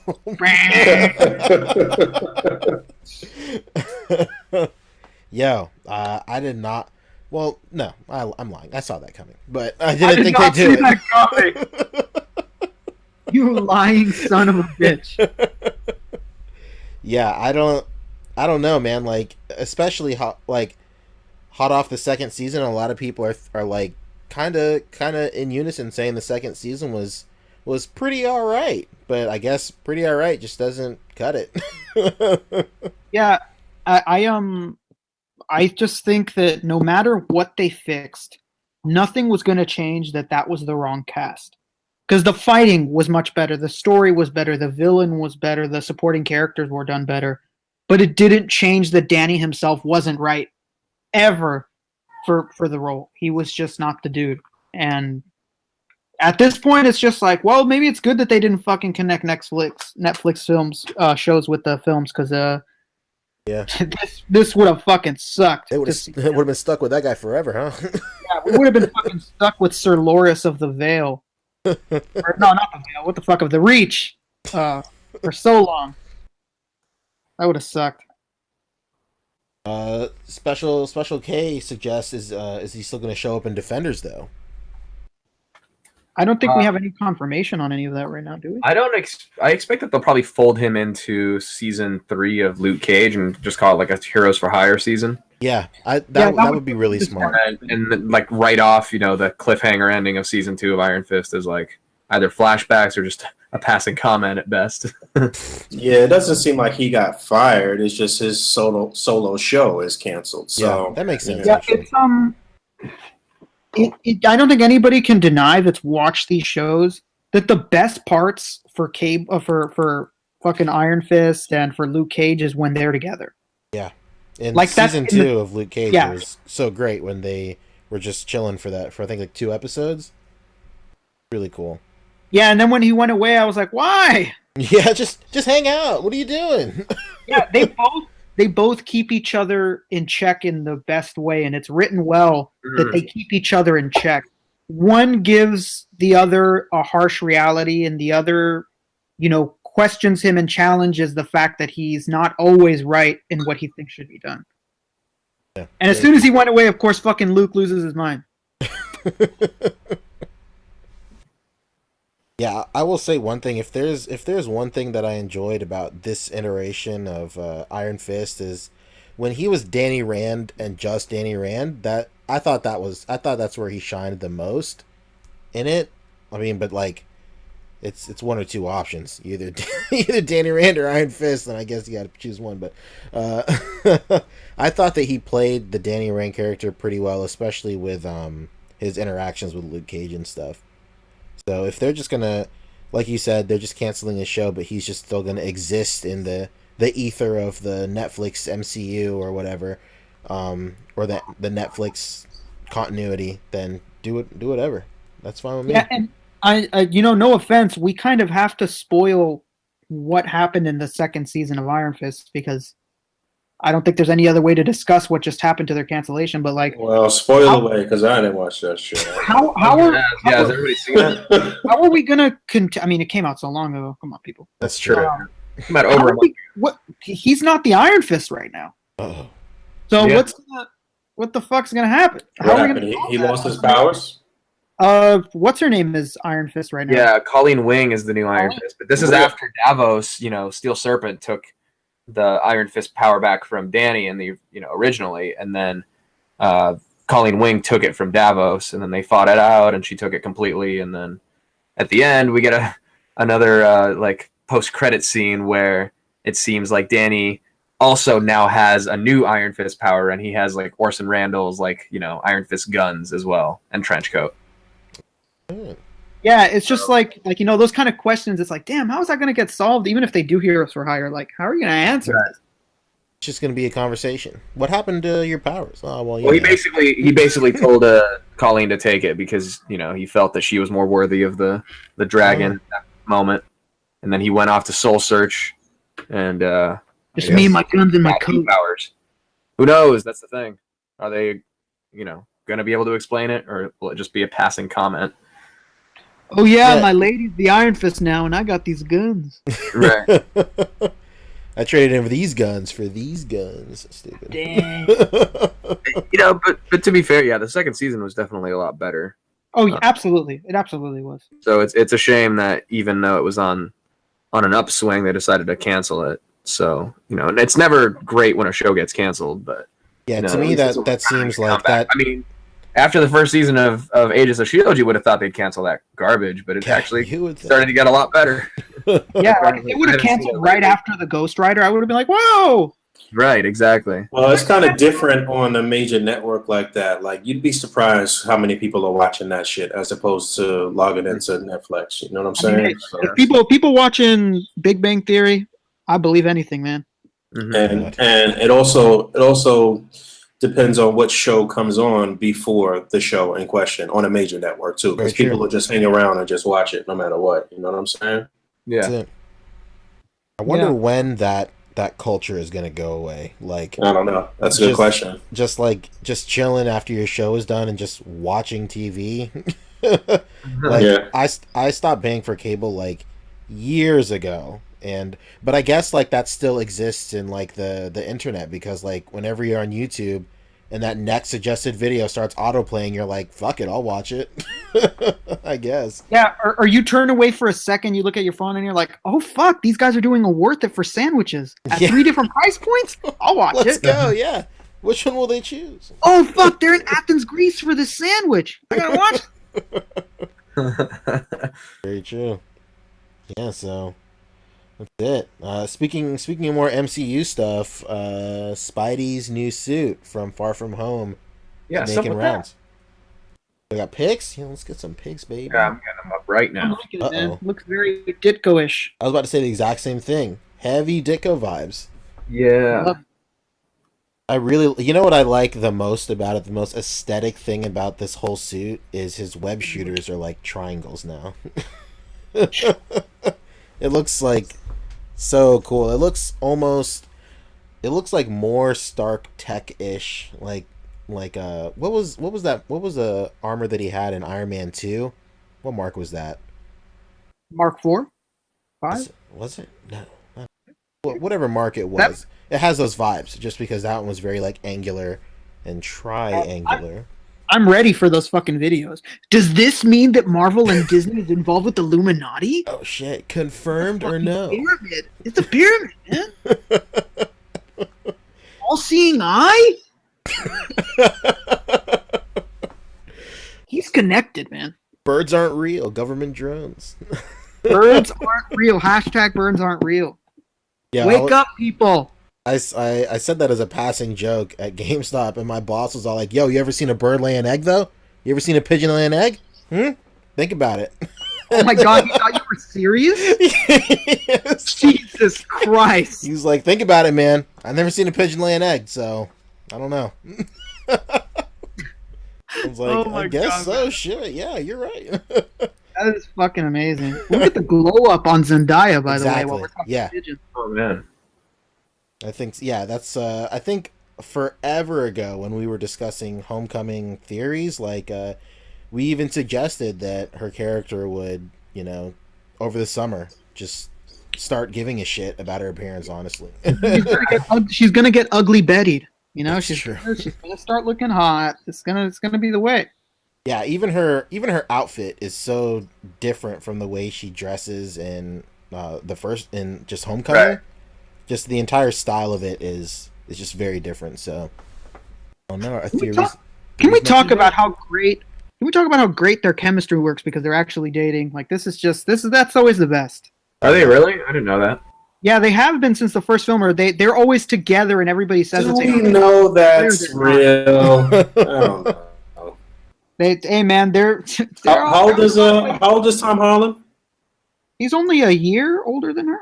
I think he's 22, and she's 21. Okay, so she's 21. Okay, 21. LeBron James. Let's do it. Hit him with all of them. But yeah, this suit looks really good. To get back on topic, one thing. Anyway, and LeBron James aside, we can talk about glow up all day, but. That's it. One thing I noticed, I didn't find any pictures of it, but I saw a video where he actually turned around and the spider on the back is kind of this same logo. Yes, I saw that. There's a still of it too out there. Yeah, it's big. It's big on the back too. It's big. Yeah. It's big. What do you guys think the deal is with the new costume change? Why? Just fucking sick of it, I guess. Oh, whoa! Damn. Let me tell you something, man. You go to Britain, and shit's gonna get real. Change it up. Wait, he's in Britain? What? Is that what it is? That's what the like a field trip across Europe or something. Yeah, he's like a field trip. It's shooting in London. Who knows if they're gonna claim it's another city? I like this is very Miles Morales right here. It is, yeah. That's the first thing I thought of when I saw this. I saw like his gloves or his hands. Mm-hmm. Very interesting. a quick segue, like me and my friends were talking about the new Spider-Verse movie and how the best way to fold in Miles Morales would be, and I would think it would be so incredible if, like, at one point, Tom Holland just, like, his character just goes another fucking dimension or whatever, and like, and like they would introduce a Miles Morales at that point. I think no, sorry, excuse me, not MCU. We were talking about the sequel to PS4 Spider-Man.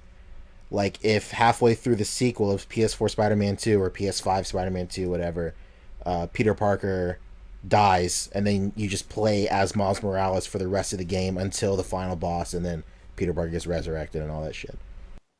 Hit me with it, bro. That's it. Conspiracy theories. When's this movie due? That I don't know. Next year, I think. It's in May of next year, I believe. Hey, Oh, really?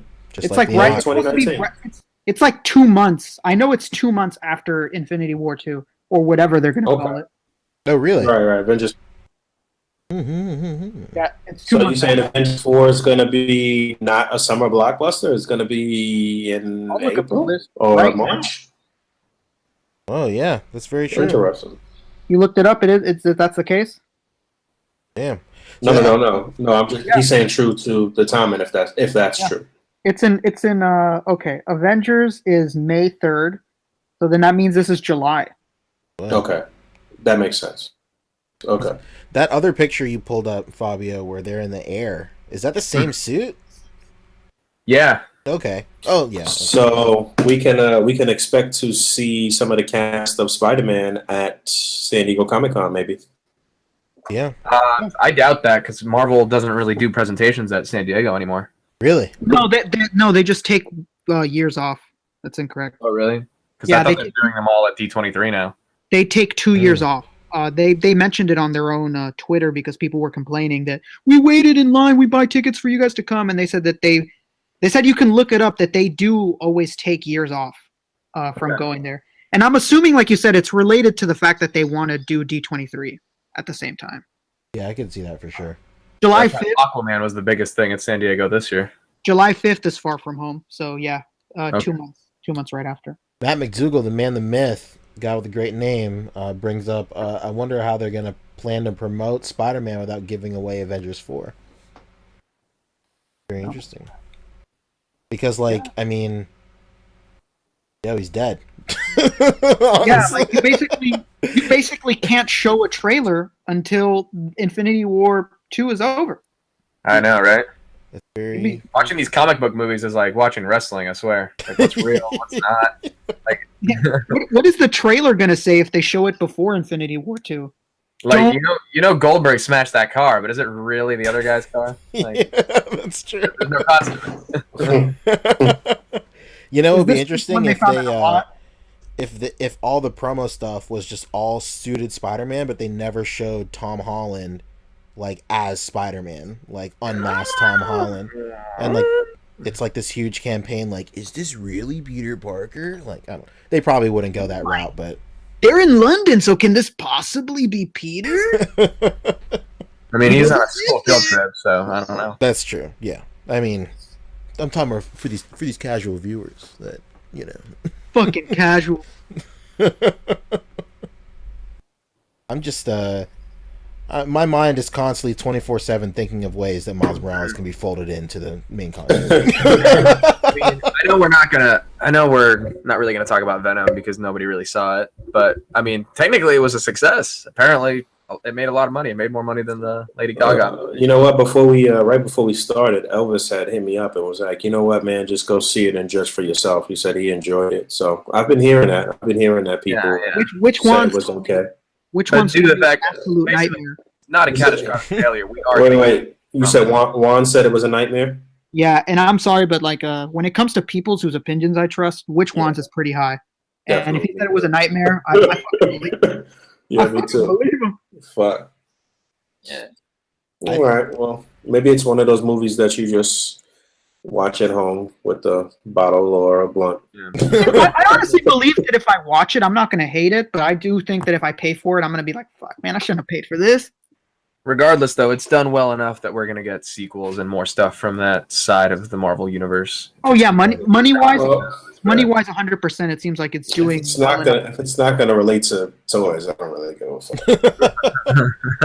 If they started doing more like villain only spin-offs, like who do you think would really work? Like Venom, like clearly doesn't work very well without Spider-Man, but that news where Jared Leto signed on for Morbius, like I actually thought about it, and like a Morbius film wouldn't be the worst thing, and it could survive on itself without Spider-Man.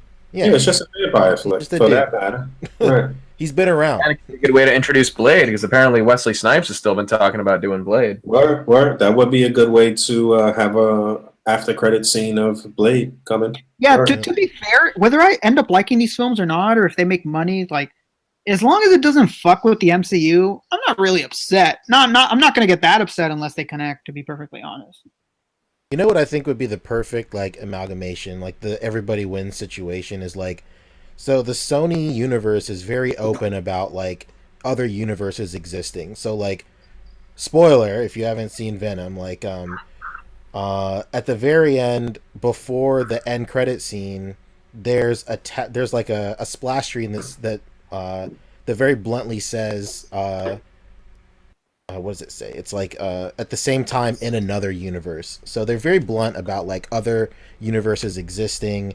Like so the Spider-Man, that animated Spider-Man Miles Morales movie is not in the same universe as Venom, or it's not in the same universe as, you know, the MCU. But like once MCU gets to the point of multi-dimensional travel, like just like an offhand comment of, oh shit, this one universe has a Venom but no Spider-Man, what the fuck, what's going on?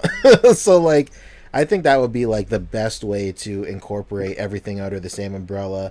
And if at one point, if they want to borrow some villains for like a cameo or something from, you know, this Sony universe, they can go ahead and do that. Or if they want to mention something from the MCU and the Sony universe, like that would probably be the best way to do it. I know we talked about the same thing with the DC cinematic universe with like incorporating CW Flash stuff like in the Speed Force. If just while he's going through the Speed Force, just have like a freeze frame of like the movies or something. But that's it. That's what I'm thinking. No doubt. That's it. Yeah. Next up is our photo segment. What to grind on community highlights. So I guess do you guys want to look at just a couple of photos? Can we look at some stuff from Photo Combat? Shit. Let's go. Yeah, let's do it. How do I find that? You go to the fan page. That's it. Yeah, events. Let's make it happen. Yes, exactly. Boom, boom, boom. World's best A.C.B.A. admin right here. And why are you picking some from Photo Combat? Clue us in. Because Lucas DG had hit me up specifically and had asked a minute ago about one of the rounds in Photo Combat, and I thought it'd be a good idea to just kind of go through shots from Photo Combat in general. Just real quick though, there was also a leaked trailer for the new Hellboy movie. Oh shit! Oh yeah, that's right. I just watched that right before we came on. What you guys think? Shared it. Do we want to talk about that? Have we? Yeah, let's talk while I pull this stuff up. Yeah. Sure. So I mean, it looks like the reboot aspect of it was completely unnecessary because it looks and feels exactly like the Del Toro movies. Yeah, pretty much. Except Hellboy's face looks obviously different because it's a different dude. But I feel like the design, the makeup, I feel like the head. I don't even know how to explain it. His head just looks bigger to me. Yeah, I don't know. They made it look a little more like rugged. I think they kind of made it more angular, kind of like the art. But I don't know. It doesn't really look. I haven't seen this yet. The prosthetics are probably of better quality because it's been, a long time since the original movies. But they just have a really weird, look to them. They look very rough, but like on purpose. Hellboy? You said someone shared it. Oh yeah, I see it on Reddit. David Walton had shared it. Boom. Why reboot? question mark, exclamation point, emoji. Yeah. I think honestly, what sucks about this, and it's like the most annoying part, is that you can look up so many interviews of Mike Mignola saying like, "Oh, we didn't have Del Toro doing this because we want it to be different. His was a little too lighthearted in writing. This has to be different," and it feels exactly the same. Yeah, this looks like the exact same movie. It seems like going into it, they were trying to go for like a darker, take a la like the original comics, but in between then and now, Deadpool 1 and 2 have come out, and they've totally like made this, this almost in the same way that Venom kind of has its hard R/PG-13 sort of like toe the line feel to it, Yeah, like it's kind of following along that trend. I just saw the staple for the hard R, the camera being behind someone's head as they get shot, and you can see the character right exactly through the hole. Yeah, his face looks like the Great Value version of Ron Perlman. Honestly, I just look at him. I look at him and the way he stares at shit, and I'm just like, dude, you're just fucking Hopper from Stranger Things. He looks ghoulish. Like dude looks like a ghoul. I don't. Yeah, I mean, well, that's kind of how Hellboy looks, right? I guess so. Yeah, I'm just so. That's what I mean. It's like they kind of went for that thick brow, almost like a thing brow. Yeah. Okay. Thick brows only. Yeah. Thick brow boys. A big chin too, like the original. I think the hair's more accurate. I don't know. He looks like it doesn't seem like enough of a change. It almost seems like how they changed the suit for Amazing Spider-Man, just for the sake of making the suit different. Like it's true. Yeah. I don't know. It feels like an unnecessary redesign. Yeah. I don't think any of us this on whole movie feels unnecessary. I don't think any of us on here watched the trailer or saw the images and thought to ourselves, "This looks like shit." But we did look at it and think, like, why? Yeah, just why? Exactly. Why? No, it looks good. It looks perfectly fine, but I don't know. Are these the same actors? Like if they have an opportunity to do something new and different, why go with more of the same? I mean, exactly. They even have a new Professor Broom, which is Ian McShane, and I'm sure he'll do a fine job. But Professor Broom ain't even like that big into the later Hellboy comics. Yeah, when pretty soon into them actually. When Mignola was doing interviews and he was really stressing that, like, hey, the reason we didn't bring back Del Toro is that we want a different tone. We want to do something different. I was sold on it. I was like, okay, I understand. Del Toro is always going to do things his way. Right. But wanting something different is cool. And then I saw this trailer and I was like, no, man, no. This isn't what you sold everyone on. Mm. This is just you wanting to copy him. Yeah. Not having to pay him as much. Yeah, but not having to pay him. Yeah. Let me copy your homework. Well, I'll just change a couple of things to make it look like you didn't copy me. Pretty much. That's what it feels like. Again, it's not bad. Did you guys enjoy the other movies? I did. You guys enjoyed the other? I loved those movies. Yeah, they're good. They're good. Like, I wouldn't even say they're good bad movies because I don't think they're bad. Actually, no. It's just not like they're good. They're good underrated films. Honestly, they're not that popular. I think that they were. I think they were just extremely ahead of their time. Honestly, I think if they would have come out like 2012 or something like that, or 2015, they would have fit right in and they would have like crushed it. But like it came out at a time where this shit was just too weird. Honestly, everything else that was coming out was just like nothing like it. This guy with gears all over his body that turns into sand. What's happening? In terms of the sand, Cronin, that guy was awesome. Yeah, he was in the first film, was he not? Yeah. Oh yeah, he was sick. All the villains. I mean, the practical effects, the costumes, the prosthetics, everything about those movies is on point. Absolutely. So good. I just wish that. So I'm looking at a trailer right now, and I wish people would stop saying and writing "Save the world." Let's save the world. I know, please. Yeah, we some kind of Suicide Squad. Yo, let me tell you. Let me tell you, I had like flashbacks to that while watching Venom. Spoiler real quick for the 3 people here who give a shit. But like in Venom, like Tom Hardy goes, "Well, guess we got to save the world." I'm like, God, why? Right. Yeah, leave that in Independence Day in 1999 where it belongs. You don't need that here. It's yeah, I don't know. That's weird. But yeah, this trailer looks good. Like imagine a villain showing up in this new in this new Dragon Ball movie, and Goku looking at Vegeta and going, "I guess we gotta go Super Saiyan." Like, fuck up. That'd be great. No, Jesus Christ! If that actually happens, I'll pay again and watch the dub.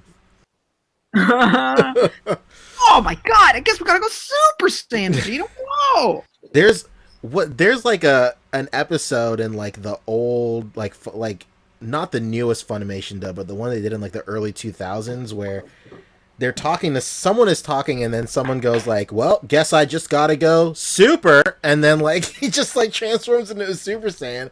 I'm like, what the fuck are you guys doing? Stop rewriting this show. No fucking way. It's true. I guarantee you. Somebody says it. I think it's like no, it's Trunks. It's like Kid Trunks when he's like in the gravity room, the gravity chamber with Vegeta, and he goes, "Guess I'll just go Super," and then he just transforms into Super Saiyan. Oh my god. Oh, there you go. There's your precious Funimation dub. That's when Vegeta beats the shit out of him, and then I'm taking you to the park. Number one dad beating your kids. Go right ahead. Yeah. Beat his ass and then take him to the park. All right, so which round, Bug? I'm looking at all this photo combat stuff. You know what?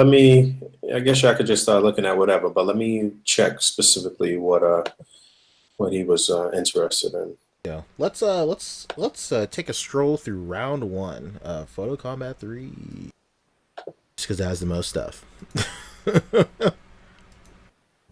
All right, let me. Here's a quick question from Justin Pace. Anybody catch that horrible Titans show on the DC streaming platform? Oh shit! You know, somebody asked about that on the Discord. They're like, "Yo, has anybody seen that? It's supposed to come out today, but I haven't seen it yet." And I was like, "Maybe later today," and they said nothing. Is it? I wonder if is it all released all at once, or is it one episode per week? I don't know. Everybody's saying it's awful. Saying it's awful. Somebody shout out to Greg C. He said that the fight with Robin is better than the entire first and second season of Iron Fist. So I don't know if that holds any weight or if he was just high out of his mind on Planet X, but I don't know. Oh, it's one per week. See, that's terrible. That's awful. I mean, the whole point of the streaming platform is to have the original content. Actually, that's one thing I wanted to say about Iron Fist. Even though it got canceled from Netflix, it's possible that when Disney launches their, new streaming platform, which is going to have the Scarlet Witch and somebody else, Loki, they're going to have, limited series exclusively produced for that platform. If they want to bring back Iron Fist, that would be the place where they do it. That would be the move. Produced by Netflix. That would be the move. That would be produced by Marvel Studios themselves. The Netflix Marvel shows are produced by Netflix. Okay. Kind of the same thing when this is the worst analogy in the world. Kind of the same thing when Netflix where Food Channel started taking all their shit off of Netflix when they launched their own food channel. Right. That was one of the most upsetting times of my life. Yeah, same here, man. You know how many times I was watching Bobby Flay beat somebody? First of all, fuck Bobby Flay. Yeah, fuck Bobby Flay really quick. Like, he's like the nicest guy. He makes good food, but I just fucking want him to lose. I just don't like his smug face. Fucking Fresno chilies. Get out of here. Just gonna put a little spice in this one. I know you're not ready, but I'm gonna put a little spice in this one. All right, I know Eggs Benedict doesn't have heat in it, but I'm gonna put what the what the fuck are you talking about? Fabio, you got this Doctor Strange photo. What's the move? Yeah, you know me. I'm a Mezco hype boy, and this is a real good, clean shot of that new Doctor Strange. I love it. This looks really good. It does, yeah. I like, obviously he's part of the Vape Nation. Card-carrying member. Yeah. Coach compliments nicely. I think this is one of the easiest shots to take, and I pulled it up as like a good example of how it can look simple and clean. Because I feel like a lot of people forget that even though you can have a clean setup like this, it's very simple. The angle and the shot is what's going to sell it. I like that he's at a nice low angle so that he's, sort of eye level if you were his height, from the perspective of the picture. A lot of people, I think, when starting out, have a decent setup or whatever, but they kind of are either holding the phone or the camera, or they're like kind of hovering above the display to take a picture, of the display rather than getting like real low and taking a picture, from that more realistic, I guess, perspective. Yeah, I would always say that's a pretty good rule of thumb. Like in terms of taking figure photography in A.C.B.A, like the low angle is your friend. Like very rarely does a photo look good from a high angle. Anything above eye line usually doesn't really work well unless the one thing I can think of is like a behind the back shot of like somebody perching on something is a really good excuse for a really good use for putting your camera above eye level. But if you're focusing on a character that's looking back at you or some sort of like fight scene or something like that, low angles really help out a lot for sure. And that's another thing. If you're ever using those like Tamashi effects and like cloud plumes and stuff like that, where they kind of just you don't have to really worry. You don't have to stress too much about blending it into your base, like your base diorama, because if you're using a lower angle, you don't have to worry about blending it because you can't. It's obstructed. The view is obstructed. So really nice, really nice. Anybody got some more shots to share here? I keep pulling them up. You can just stop me if you see something you like. Yeah. Let's I was going to maybe take a look at the Reddit because it's been popping off a little bit lately. Really? Yeah, just a a fair amount. Uh-oh. Let's go. I'm pretty sure it's only one guy. So. Who took this one? It's like if you're listening and you're not already subscribed, you should definitely subscribe to r/A.C.B.A on Reddit. Uh-oh. I mean, the link is like right down below. They're all over the place. Did you get the roundage? Did you figure out what round that man wants you to look at? Here's a fun one that he did where he's actually comparing it to the inspiration shot. So nice. This is a good chance to really nail those little details that I could have put over the top. And I think this is a good example of also kind of that slightly high angle that we're talking about. Yeah. There's one thing I do want to bring up about this that gets brought up a lot with outdoor shots, and that's just foliage. Mm-hmm. Like foliage can either make or break like the illusion of it being well. It works well here, just because it does like these plants. Obviously, they're small plants, but plants at this size do exist, and it's just really it's a good example of really picking and choosing your outdoor spot. Like if you're trying to do an outdoor shot and then there's like a dandelion growing and like it's in your shot, consider moving or picking it out. No, don't pick it out, man. Just leave it. Actually, just move to another location, though. But I mean, listen, man. I think people need to listen. I don't mind outdoor shots at all, but you like P is saying, you got to pick the proper location. But it's very fun and rewarding for you to do your own complete staging and just picking up the little pieces that you need here and there. These little grass parts that I have that Punker Mike sent me are cheap as fuck. I mean, all of this like little things that you can use to fabricate your environment is not expensive. Just take the time and do it. You can absolutely do it with just some faux grass and poster paper. Like, I totally agree with that. I'm too much of a germaphobe to have my figures, outside of the dirt and then back on the shelf. So, and it isn't that expensive to go to like PetSmart or Petco or whatever and get some like, reptile terrarium. Yeah. Fake grass, fake plants, little moss, fake tree. Whatever. Another cool some thing. Of the kind of more fancy stuff is going to get expensive, but a lot of that cheap, base material will definitely take you most of the way there.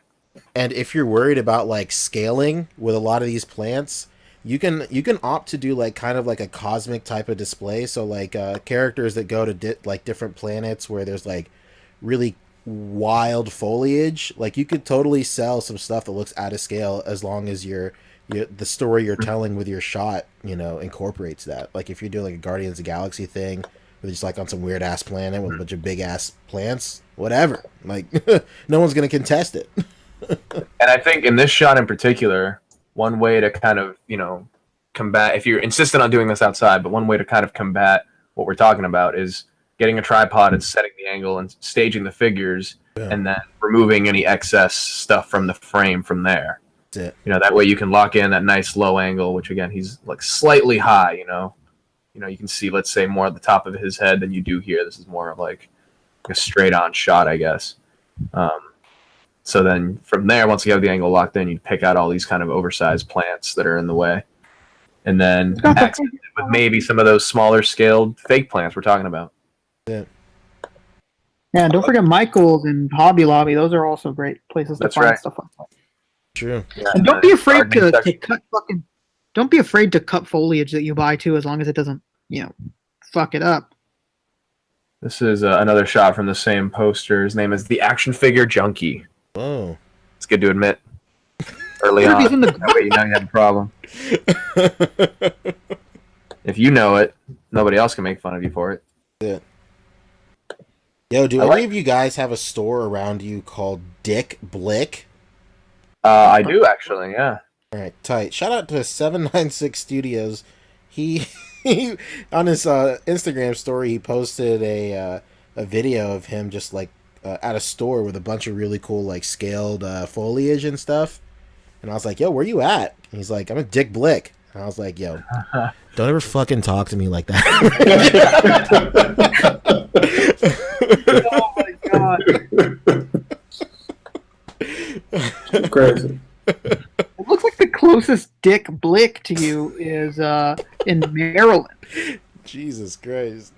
Shout out Dick Blick and all the dicks that they blick. My goodness. Christ. That's a pretty good shot right there.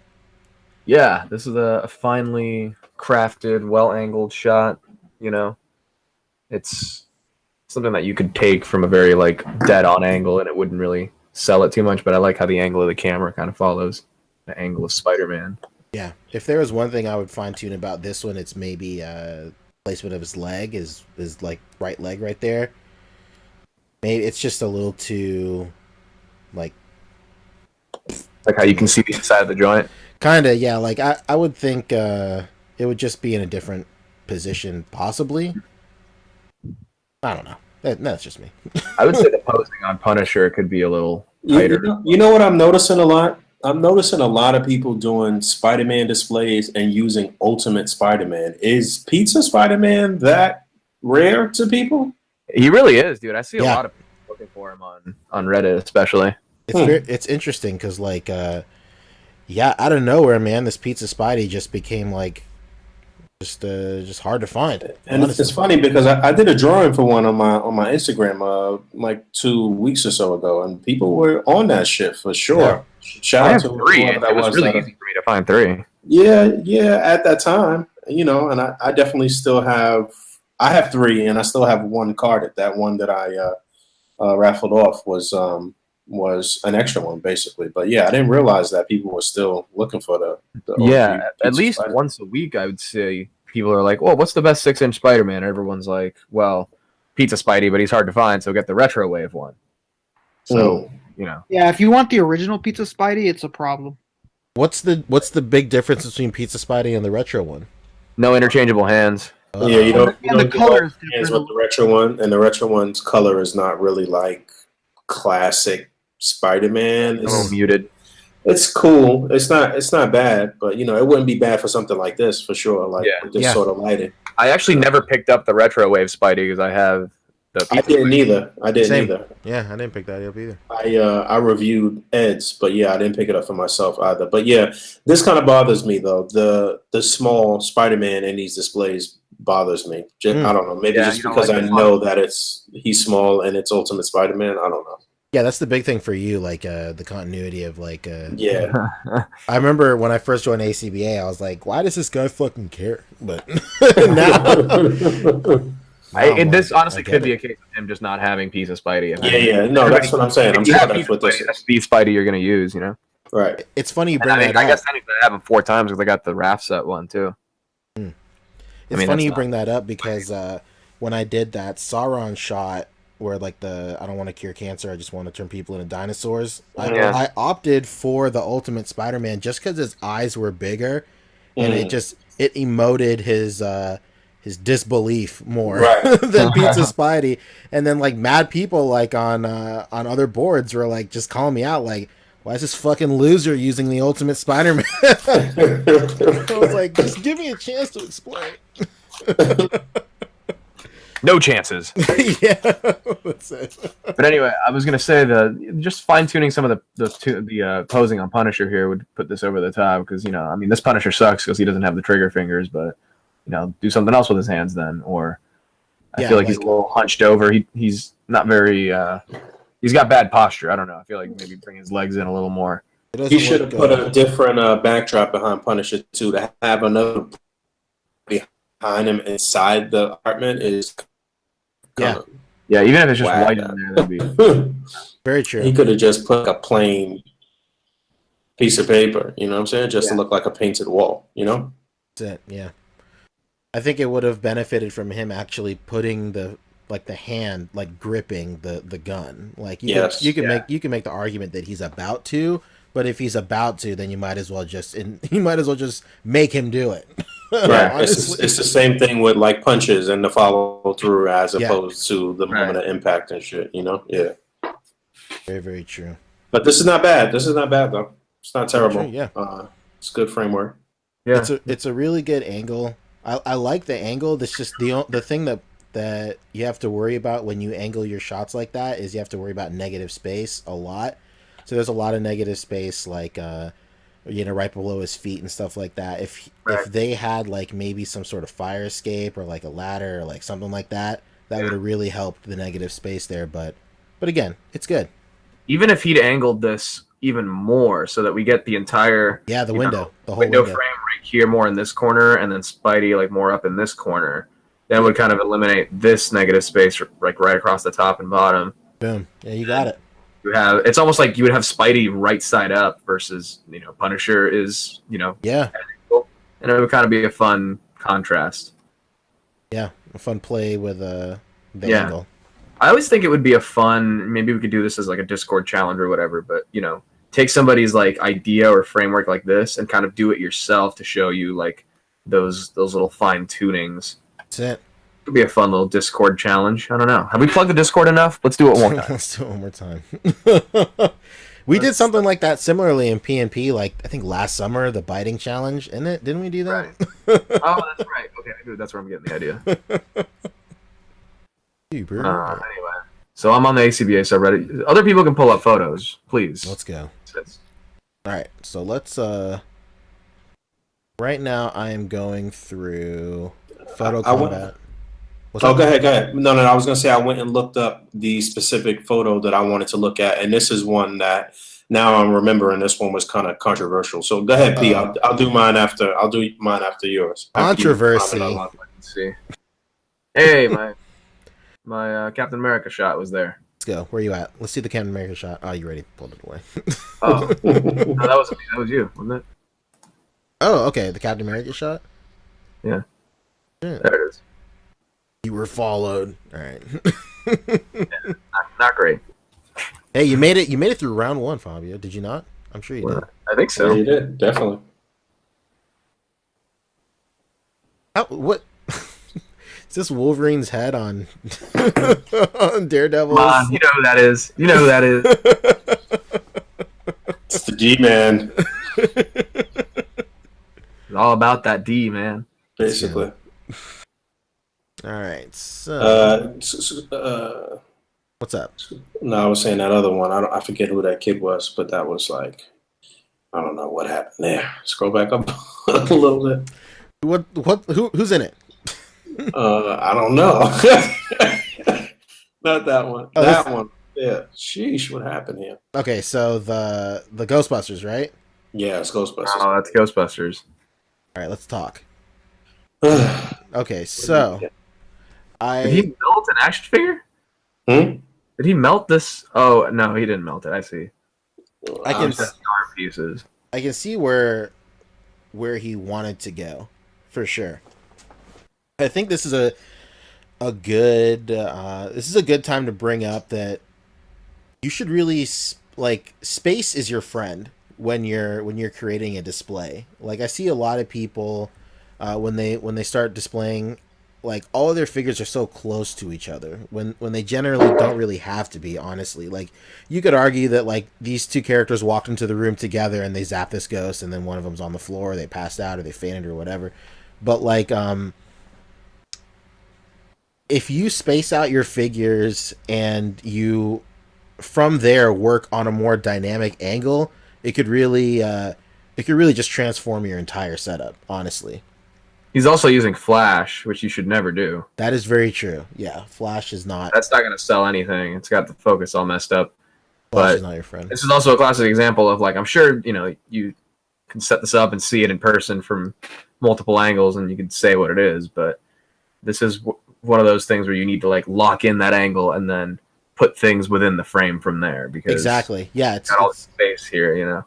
Very true. Yeah. It's like, a lot of people do it backwards. That like, are just basically taking a picture of the display rather than, like, building the display from the picture. Exactly. From the ground up. 100%. Like, yeah.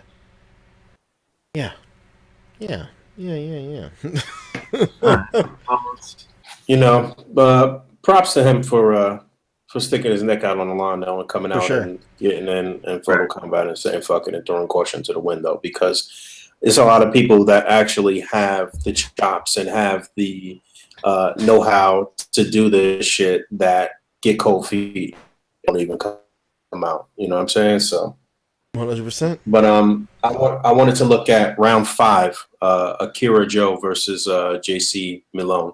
All right, let's go. Let's make moves. Round 5, you said, right? Round 5, yeah. Okay.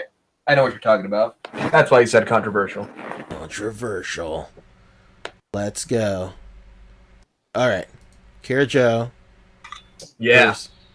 Versus... Okay, so I didn't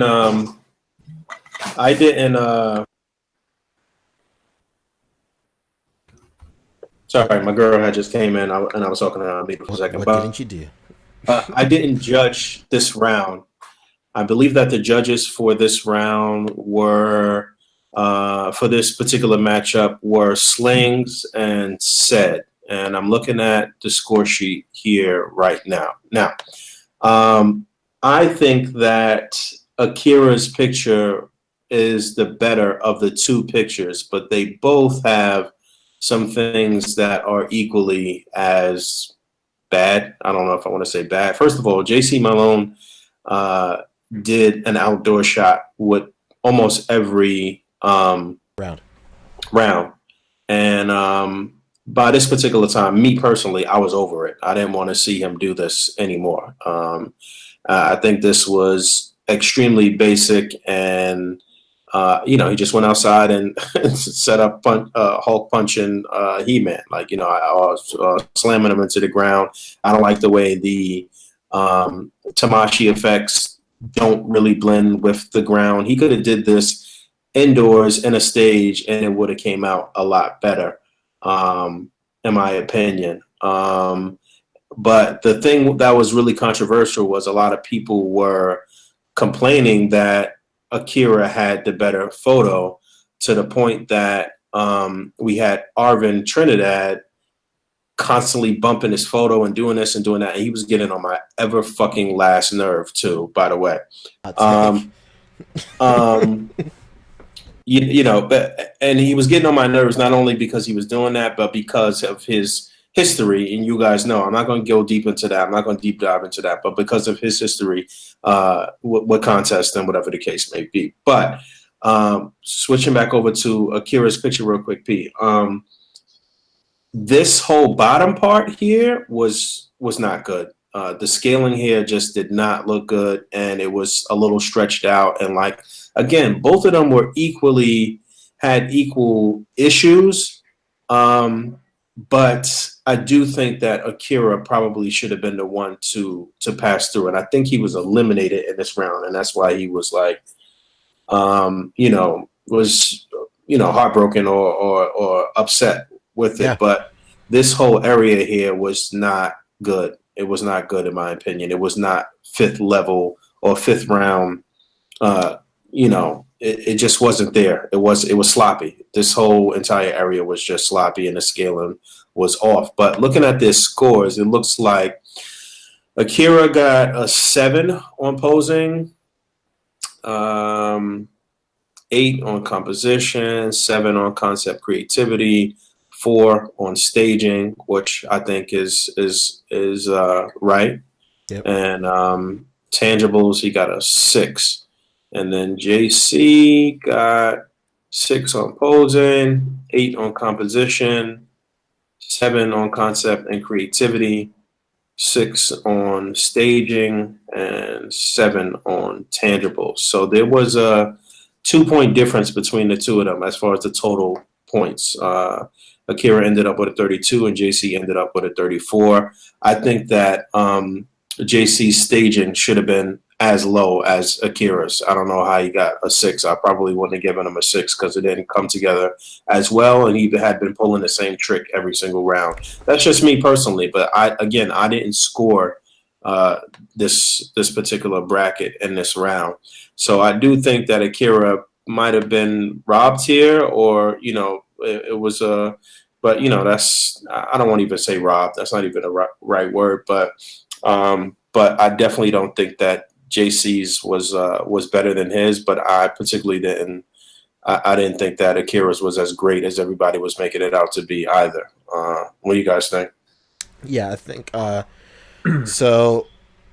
With this outdoor shot in particular, so a very interesting story is I remember when the first Photo Combat came around, somebody had done an outdoor shot with I can't remember who it was, but it was an outdoor shot with like 2 female figures. I think one of them was maybe I can't remember, but like it was a really well lit, like obviously it's outdoors, so it's well lit. The composition was really nice, and of course it had like a blurry background, so it looked like your standard like good photo. And this is when I was pretty early in my pretty early on into the group, and I remember watching that round go, and then that person did not advance, and I was all like, I was very confused. But then like looking back, I remember like now knowing the ins and outs of like the scoring system and stuff like that. It made perfect sense. A tornado is going through someone's house right now. A tornado is going through a bag of chips. That was me. I didn't realize I wasn't muted. I was opening a bag. Sorry. It's all good. but yeah, so this shot right here, to me, like you said earlier, it's round 5 by now. So I think it's by this time you should either, if you've been doing the same stuff for the first 4 rounds, you should probably switch it up. Not because it's not working, but just the opposite. Like if it were me personally, by round 5, if I had been doing the same stuff and I've been getting through every single round, I'd want to switch it up. Just because like I don't want to not necessarily rely, but I don't want to go back to the same thing. I just want to like, get something fresh on the table. But I agree with you. Like a big thing for these Tamashii effects right here is getting them to blend with the ground, especially this impact effect. When you're using the impact effect, it's in the name. You're impacting something and you're imprinting something into the ground. So logically, like this character should not be above the base ground level. He like if you're going to use this type of shot for someone being smushed into the ground, like put the figure deeper or like below your display, or if you're outside, dig a hole or something, or just make the ground a little lower to really sell that, and like blend where it meets the ground, because it literally just looks like a effect on top of the ground, honestly. And I just think like the composition of these 2 characters is a little plain. Again, they're too close to each other. Space, just play with the space that you have around. No pun intended, you're outside, you have all the space available. So I just thought like the pose was just a little too vanilla. Just everything about this shot was a little too vanilla. Credit where credit is due. It is a nice looking photo. Like the focal point is really, really nice. I would have upped the f-stop a little bit more, just so this character would be in frame. Not in frame, sorry. Would be in focus. You can see it's kind of losing a little bit of focus with this character back here because she's probably a little bit further back than the Hulk. But if you're outside, don't be afraid to bump your f-stop up to like 11 or 15 or 18. Like your background will always be blurred because this background is like literally 20 feet away. But going to Akira's shot, I remember personally when I saw this this year.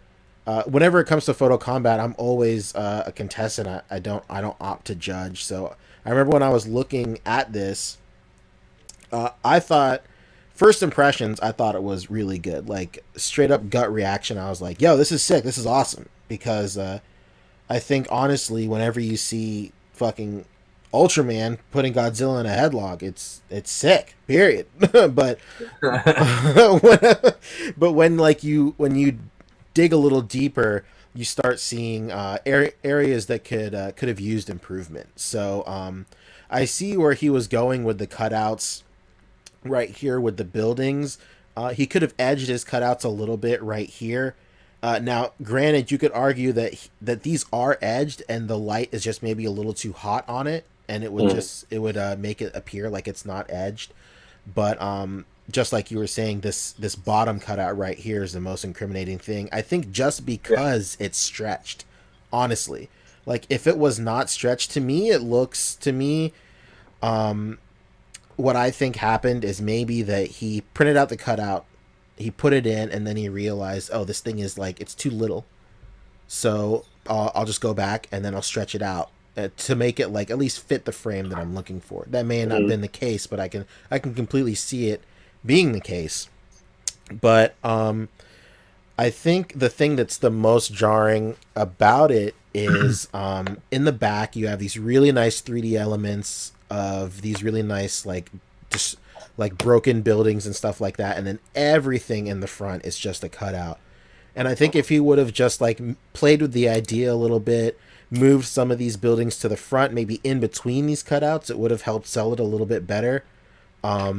I do like that he has like the poly right here, but he could have put some like even in front of this cutout too, and it would have made a little bit of a world of difference. But like you said, I think the most incriminating thing here is that this front focal cutout is stretched. You like obviously when you look at the photo, the focus point is Ultraman and Godzilla fighting in the back, but from like what do you call it, from a distance standpoint, the closest thing to you is this kid on the bike, and you're going to focus on that first, and it doesn't help that he's a little stretched out. But those are my thoughts. Yeah, I think you pretty much said everything that needs to be said. I think the one thing, if we can go back to the Hulk photo for a second. Let's go. Yeah, this is very indicative of like, Joe Malone's style. And he's, very well-known Instagram photographer. He puts out a very high volume of photos. And I think this is just kind of another one in that set. There's really nothing here that I think he hasn't done before. And, obviously like in talking about how an outdoor shot is composed, compared to the one we talked about from Reddit, I think he did it right, where he had the angle locked in. He had everything kind of scaled.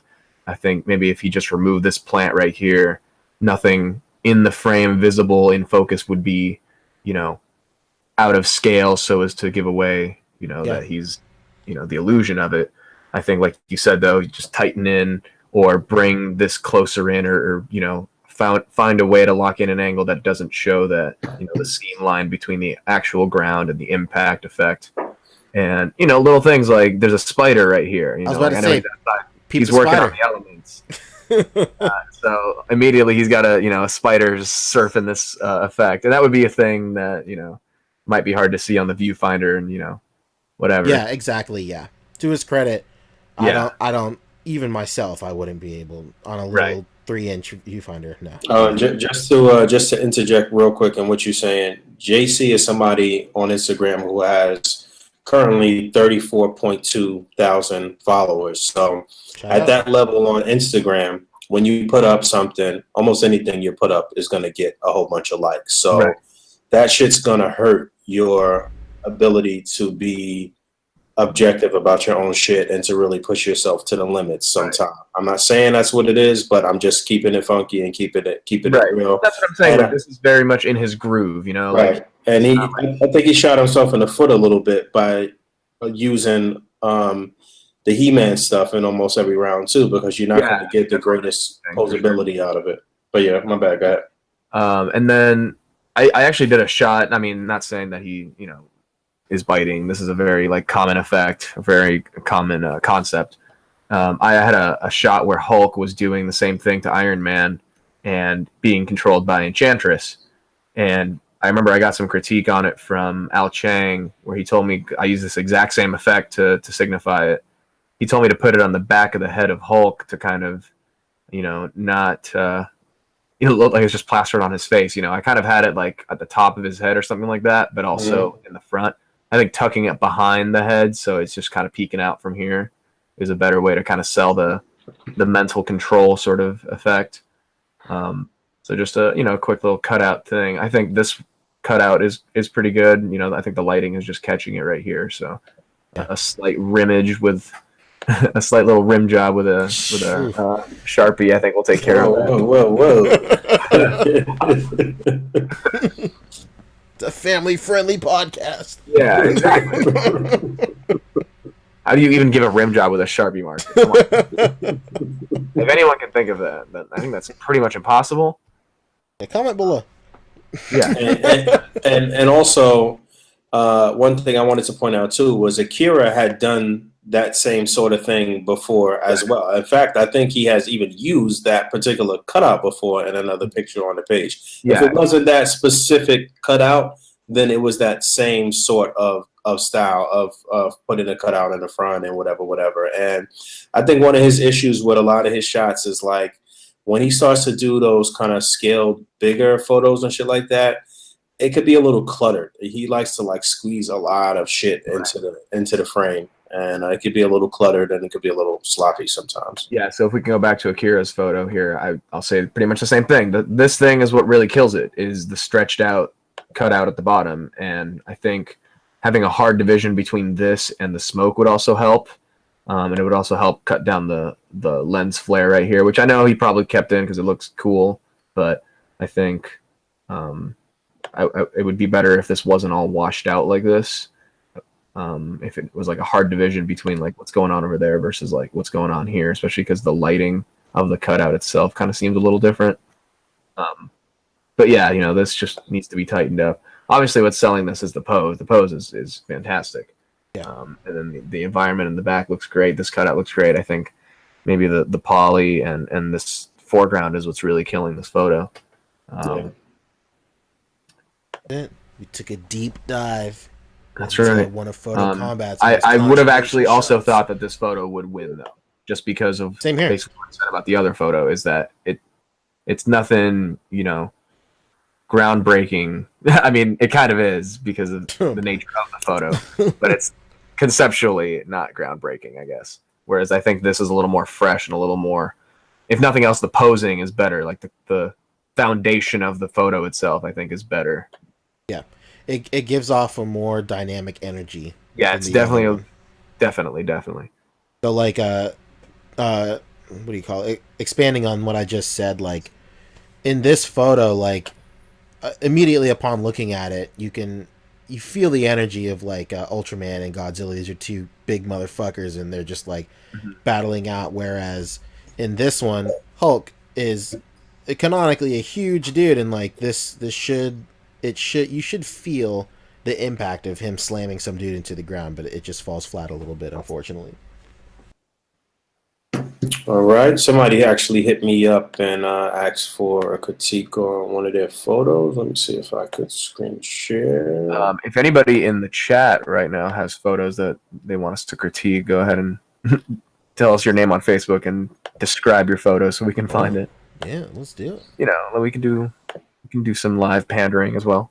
All right, so I'm looking at Joseph Quinnell. I guess that's how you pronounce it. This is his Punisher breakout photo from within the group.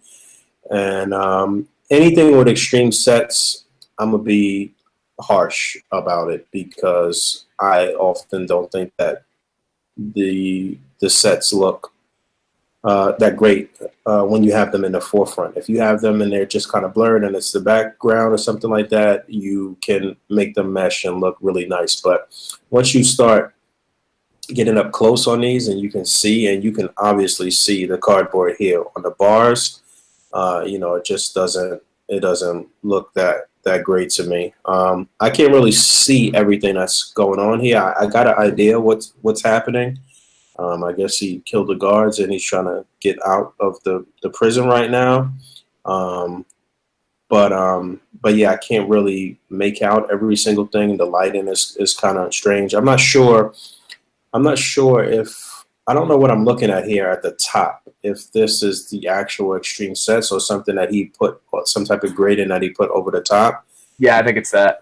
Okay, because if he could light this a little differently, if this had a bit more dramatic lighting and maybe Punisher wasn't so visible, then this might work. And it looks like he's not looking at this person that's here on the left either. So line of sight is crazy important. Critical. And he could have slung that bag over his shoulder a bit more. And it looks like he may have keys in the left hand. I'm not sure what's going on there. And if that's the case, then I don't think that he needs to point the gun at that other guy if he's got the keys. So, just little minor details like that.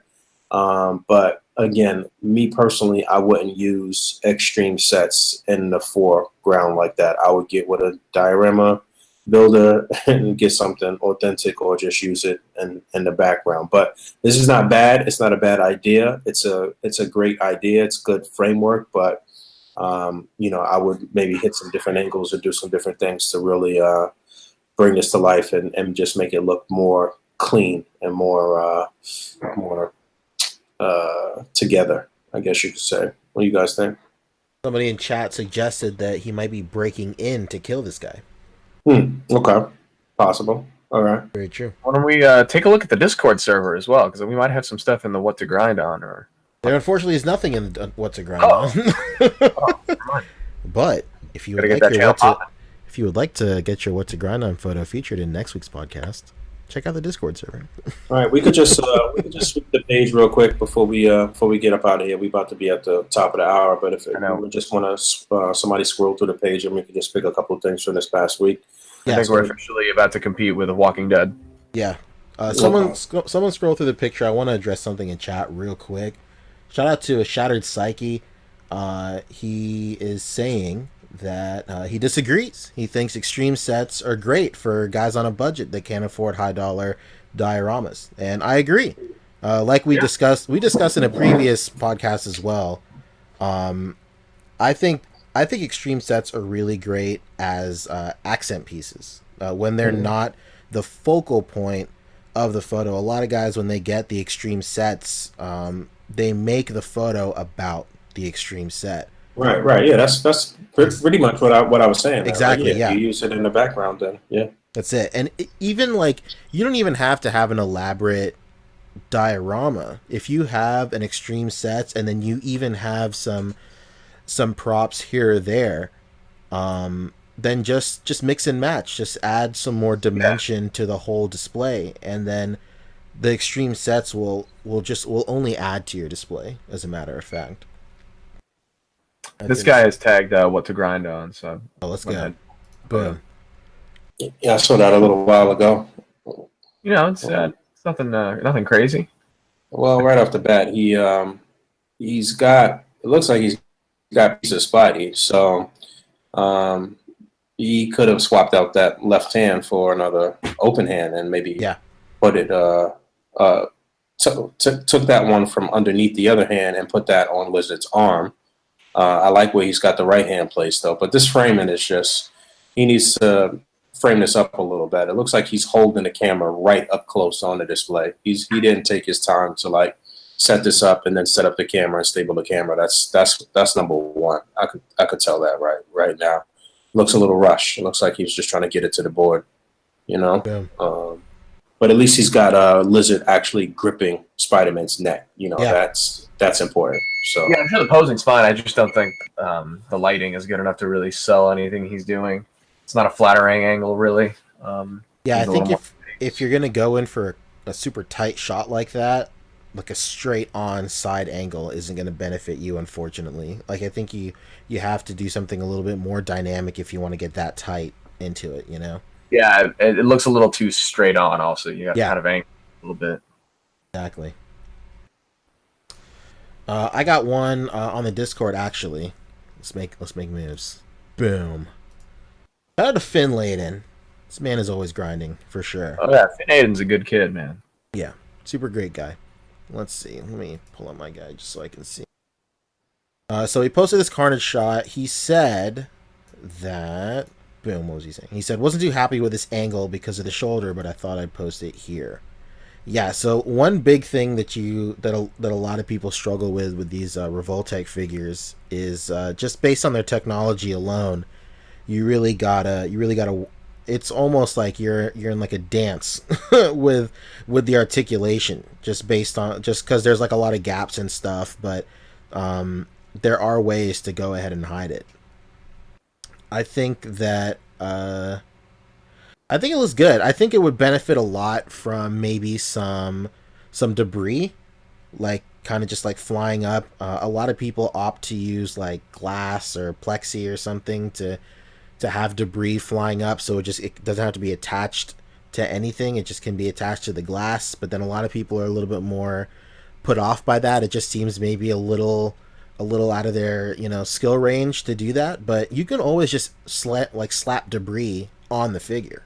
Honestly, like if you could put it put some on his arm right here, like on his leg and on his finger or whatever, you can make it work for sure. Yeah, I did that on that Zod versus Superman shot. Oh yeah, you sure did.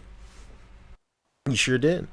And then Special K in the chat says he's got to have that shoulder too. Got that gappage right there. That's it. Yeah. You know what? Some debris, strategically placing some debris right here would actually benefit that a lot. You could hide that. You could hide the gap right there at the same time, adding some more impact to your shot. Sure.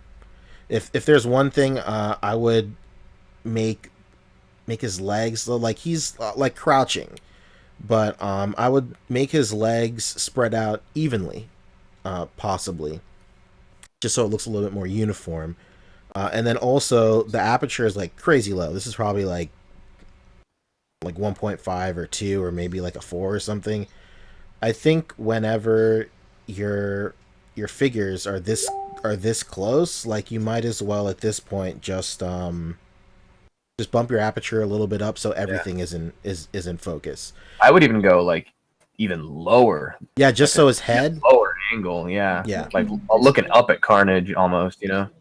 Yeah, I can see that for sure. You know what? They I never really like to show the horizon line on stuff like this either. Like there should be some. I think I heard you say something about the debris for the explosion, but it would be nice if it was some debris across that whole entire line, so that way you can't really see where the poster paper and the base meet. That's how you give the shot a little more depth too. So Oh wait, no, we're talking about the Carnage shot, aren't we? Yes. Are we not? Oh, I'm sorry. I was looking at Fabio's screen. Sorry, my bad. I pulled it up early, but that's a good transition because I was going to say the same thing. Boom. Yeah. Yeah, that's really what you got to do is hide the floor here, and having all the stuff in your way foreground and bringing the angle even lower, and then bringing them in maybe just a little bit tighter. Then you don't have as much to hide. And if you do have to hide a stand, like he admitted that he did here, then having more of these in the foreground and bringing it like even lower. I mean, if you got to put this at the edge of the table and like hang the camera off the edge of the table, do that. Need to do for the art.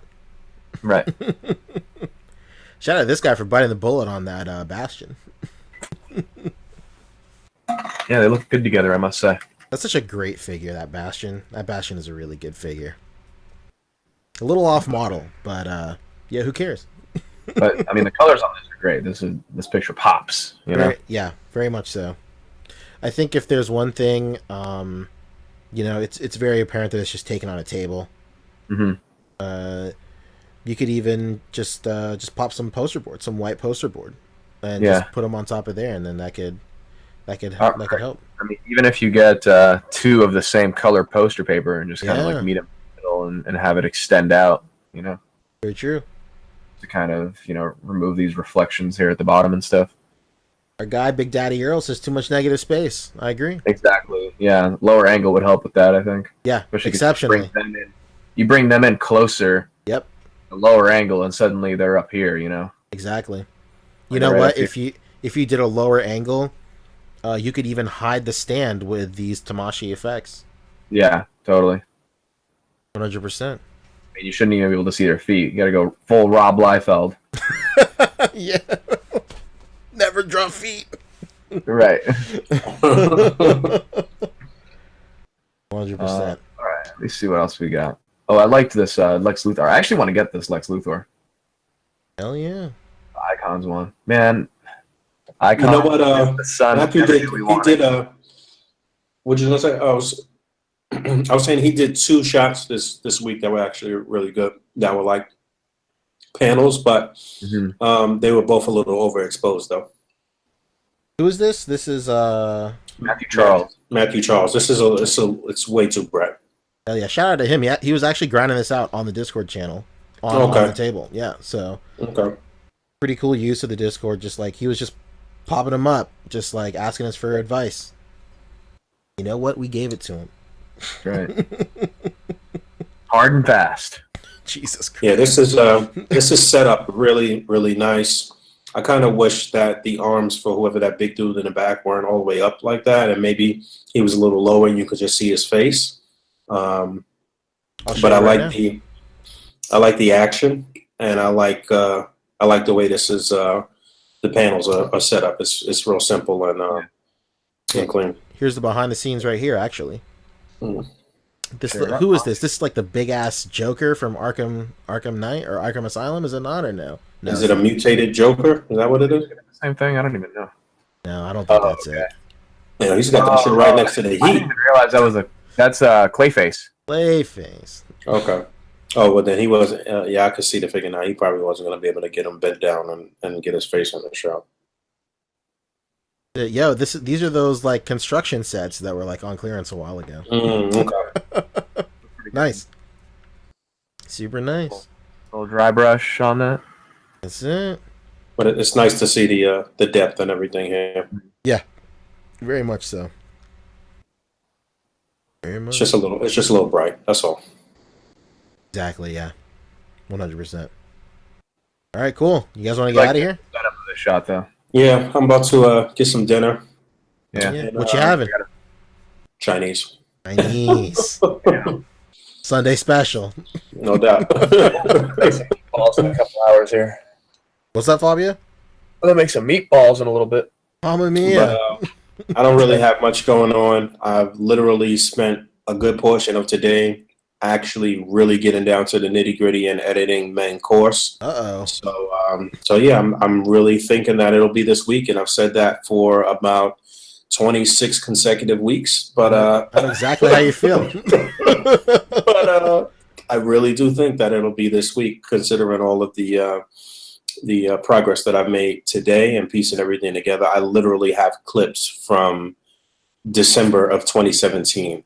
Same here, dude. Yeah. This fucking episode. So yeah, it's coming together, and that's it. This week I should have a main course up, and maybe I have a couple of more updates, and I'll look over these figures that I missed this weekend that didn't get delivered to me, and I'll look at them and squeeze them in for this episode of main course, and that'll be that before Halloween, I guess. So that's it for me. What you guys got going on? Oh yeah, what's good? You're setting up a whole bunch of stuff. Right? Real quick. On my Instagram, I should be spinning these games tonight or tomorrow, and there's like 4 games that are still open right now with very few slots left. So the SH Figure Arts Black Panther with the rock base, SH Figure Arts Ant-Man and Ant, the Marvel Legends 10th anniversary Captain America and Crossbones has literally 2 slots left. And the Goro figure may have like 2 slots left. So if you want to get in on those, once those close, I'll spin all of them, and then I'll have one drawing for one more Mezco and Wolverine. So that's on my Instagram. Link for that will be in the description below. And that's all I got going on. Follow the A.C.B.A. Instagram and come join us on all of our social media platforms. Come fuck with us on Reddit and Discord. Join the group. Follow us on Instagram. All right, I'm done. Fabio. All right. Well, I mean, y'all know me. They call me Colonel Crackers. And I'm doing my my collections are getting put back in the DTOF, so I've been doing a couple live streams here or there. I might do one after this as well. So if you want to stay and hang out, that's pretty much what I'll be doing. There's a lot of work that was done yesterday in 2.5 hours, but a lot more that needs to be done. So yeah, come join me. Follow me on Instagram as well. I guess I'm not really posting too much on there these days, but you went live hopefully the other soon night once too. I get all this. What's up? I said you went live the other night too, as well, right? That's what I'm saying. Yeah, I might go live after this as well. So come enjoy. Want to see me put figures on the shelf, and we can just chat about the various terrible movies that a lot of these figures are based on. Oh yeah, figgy things. Let's go. Right. Yeah. All right, yeah. All my stuff online is at Poncheezy, Pancheeezey. Peep my Instagram. I'm on Instagram. I'm the most active there. I'm posting my stories all the time.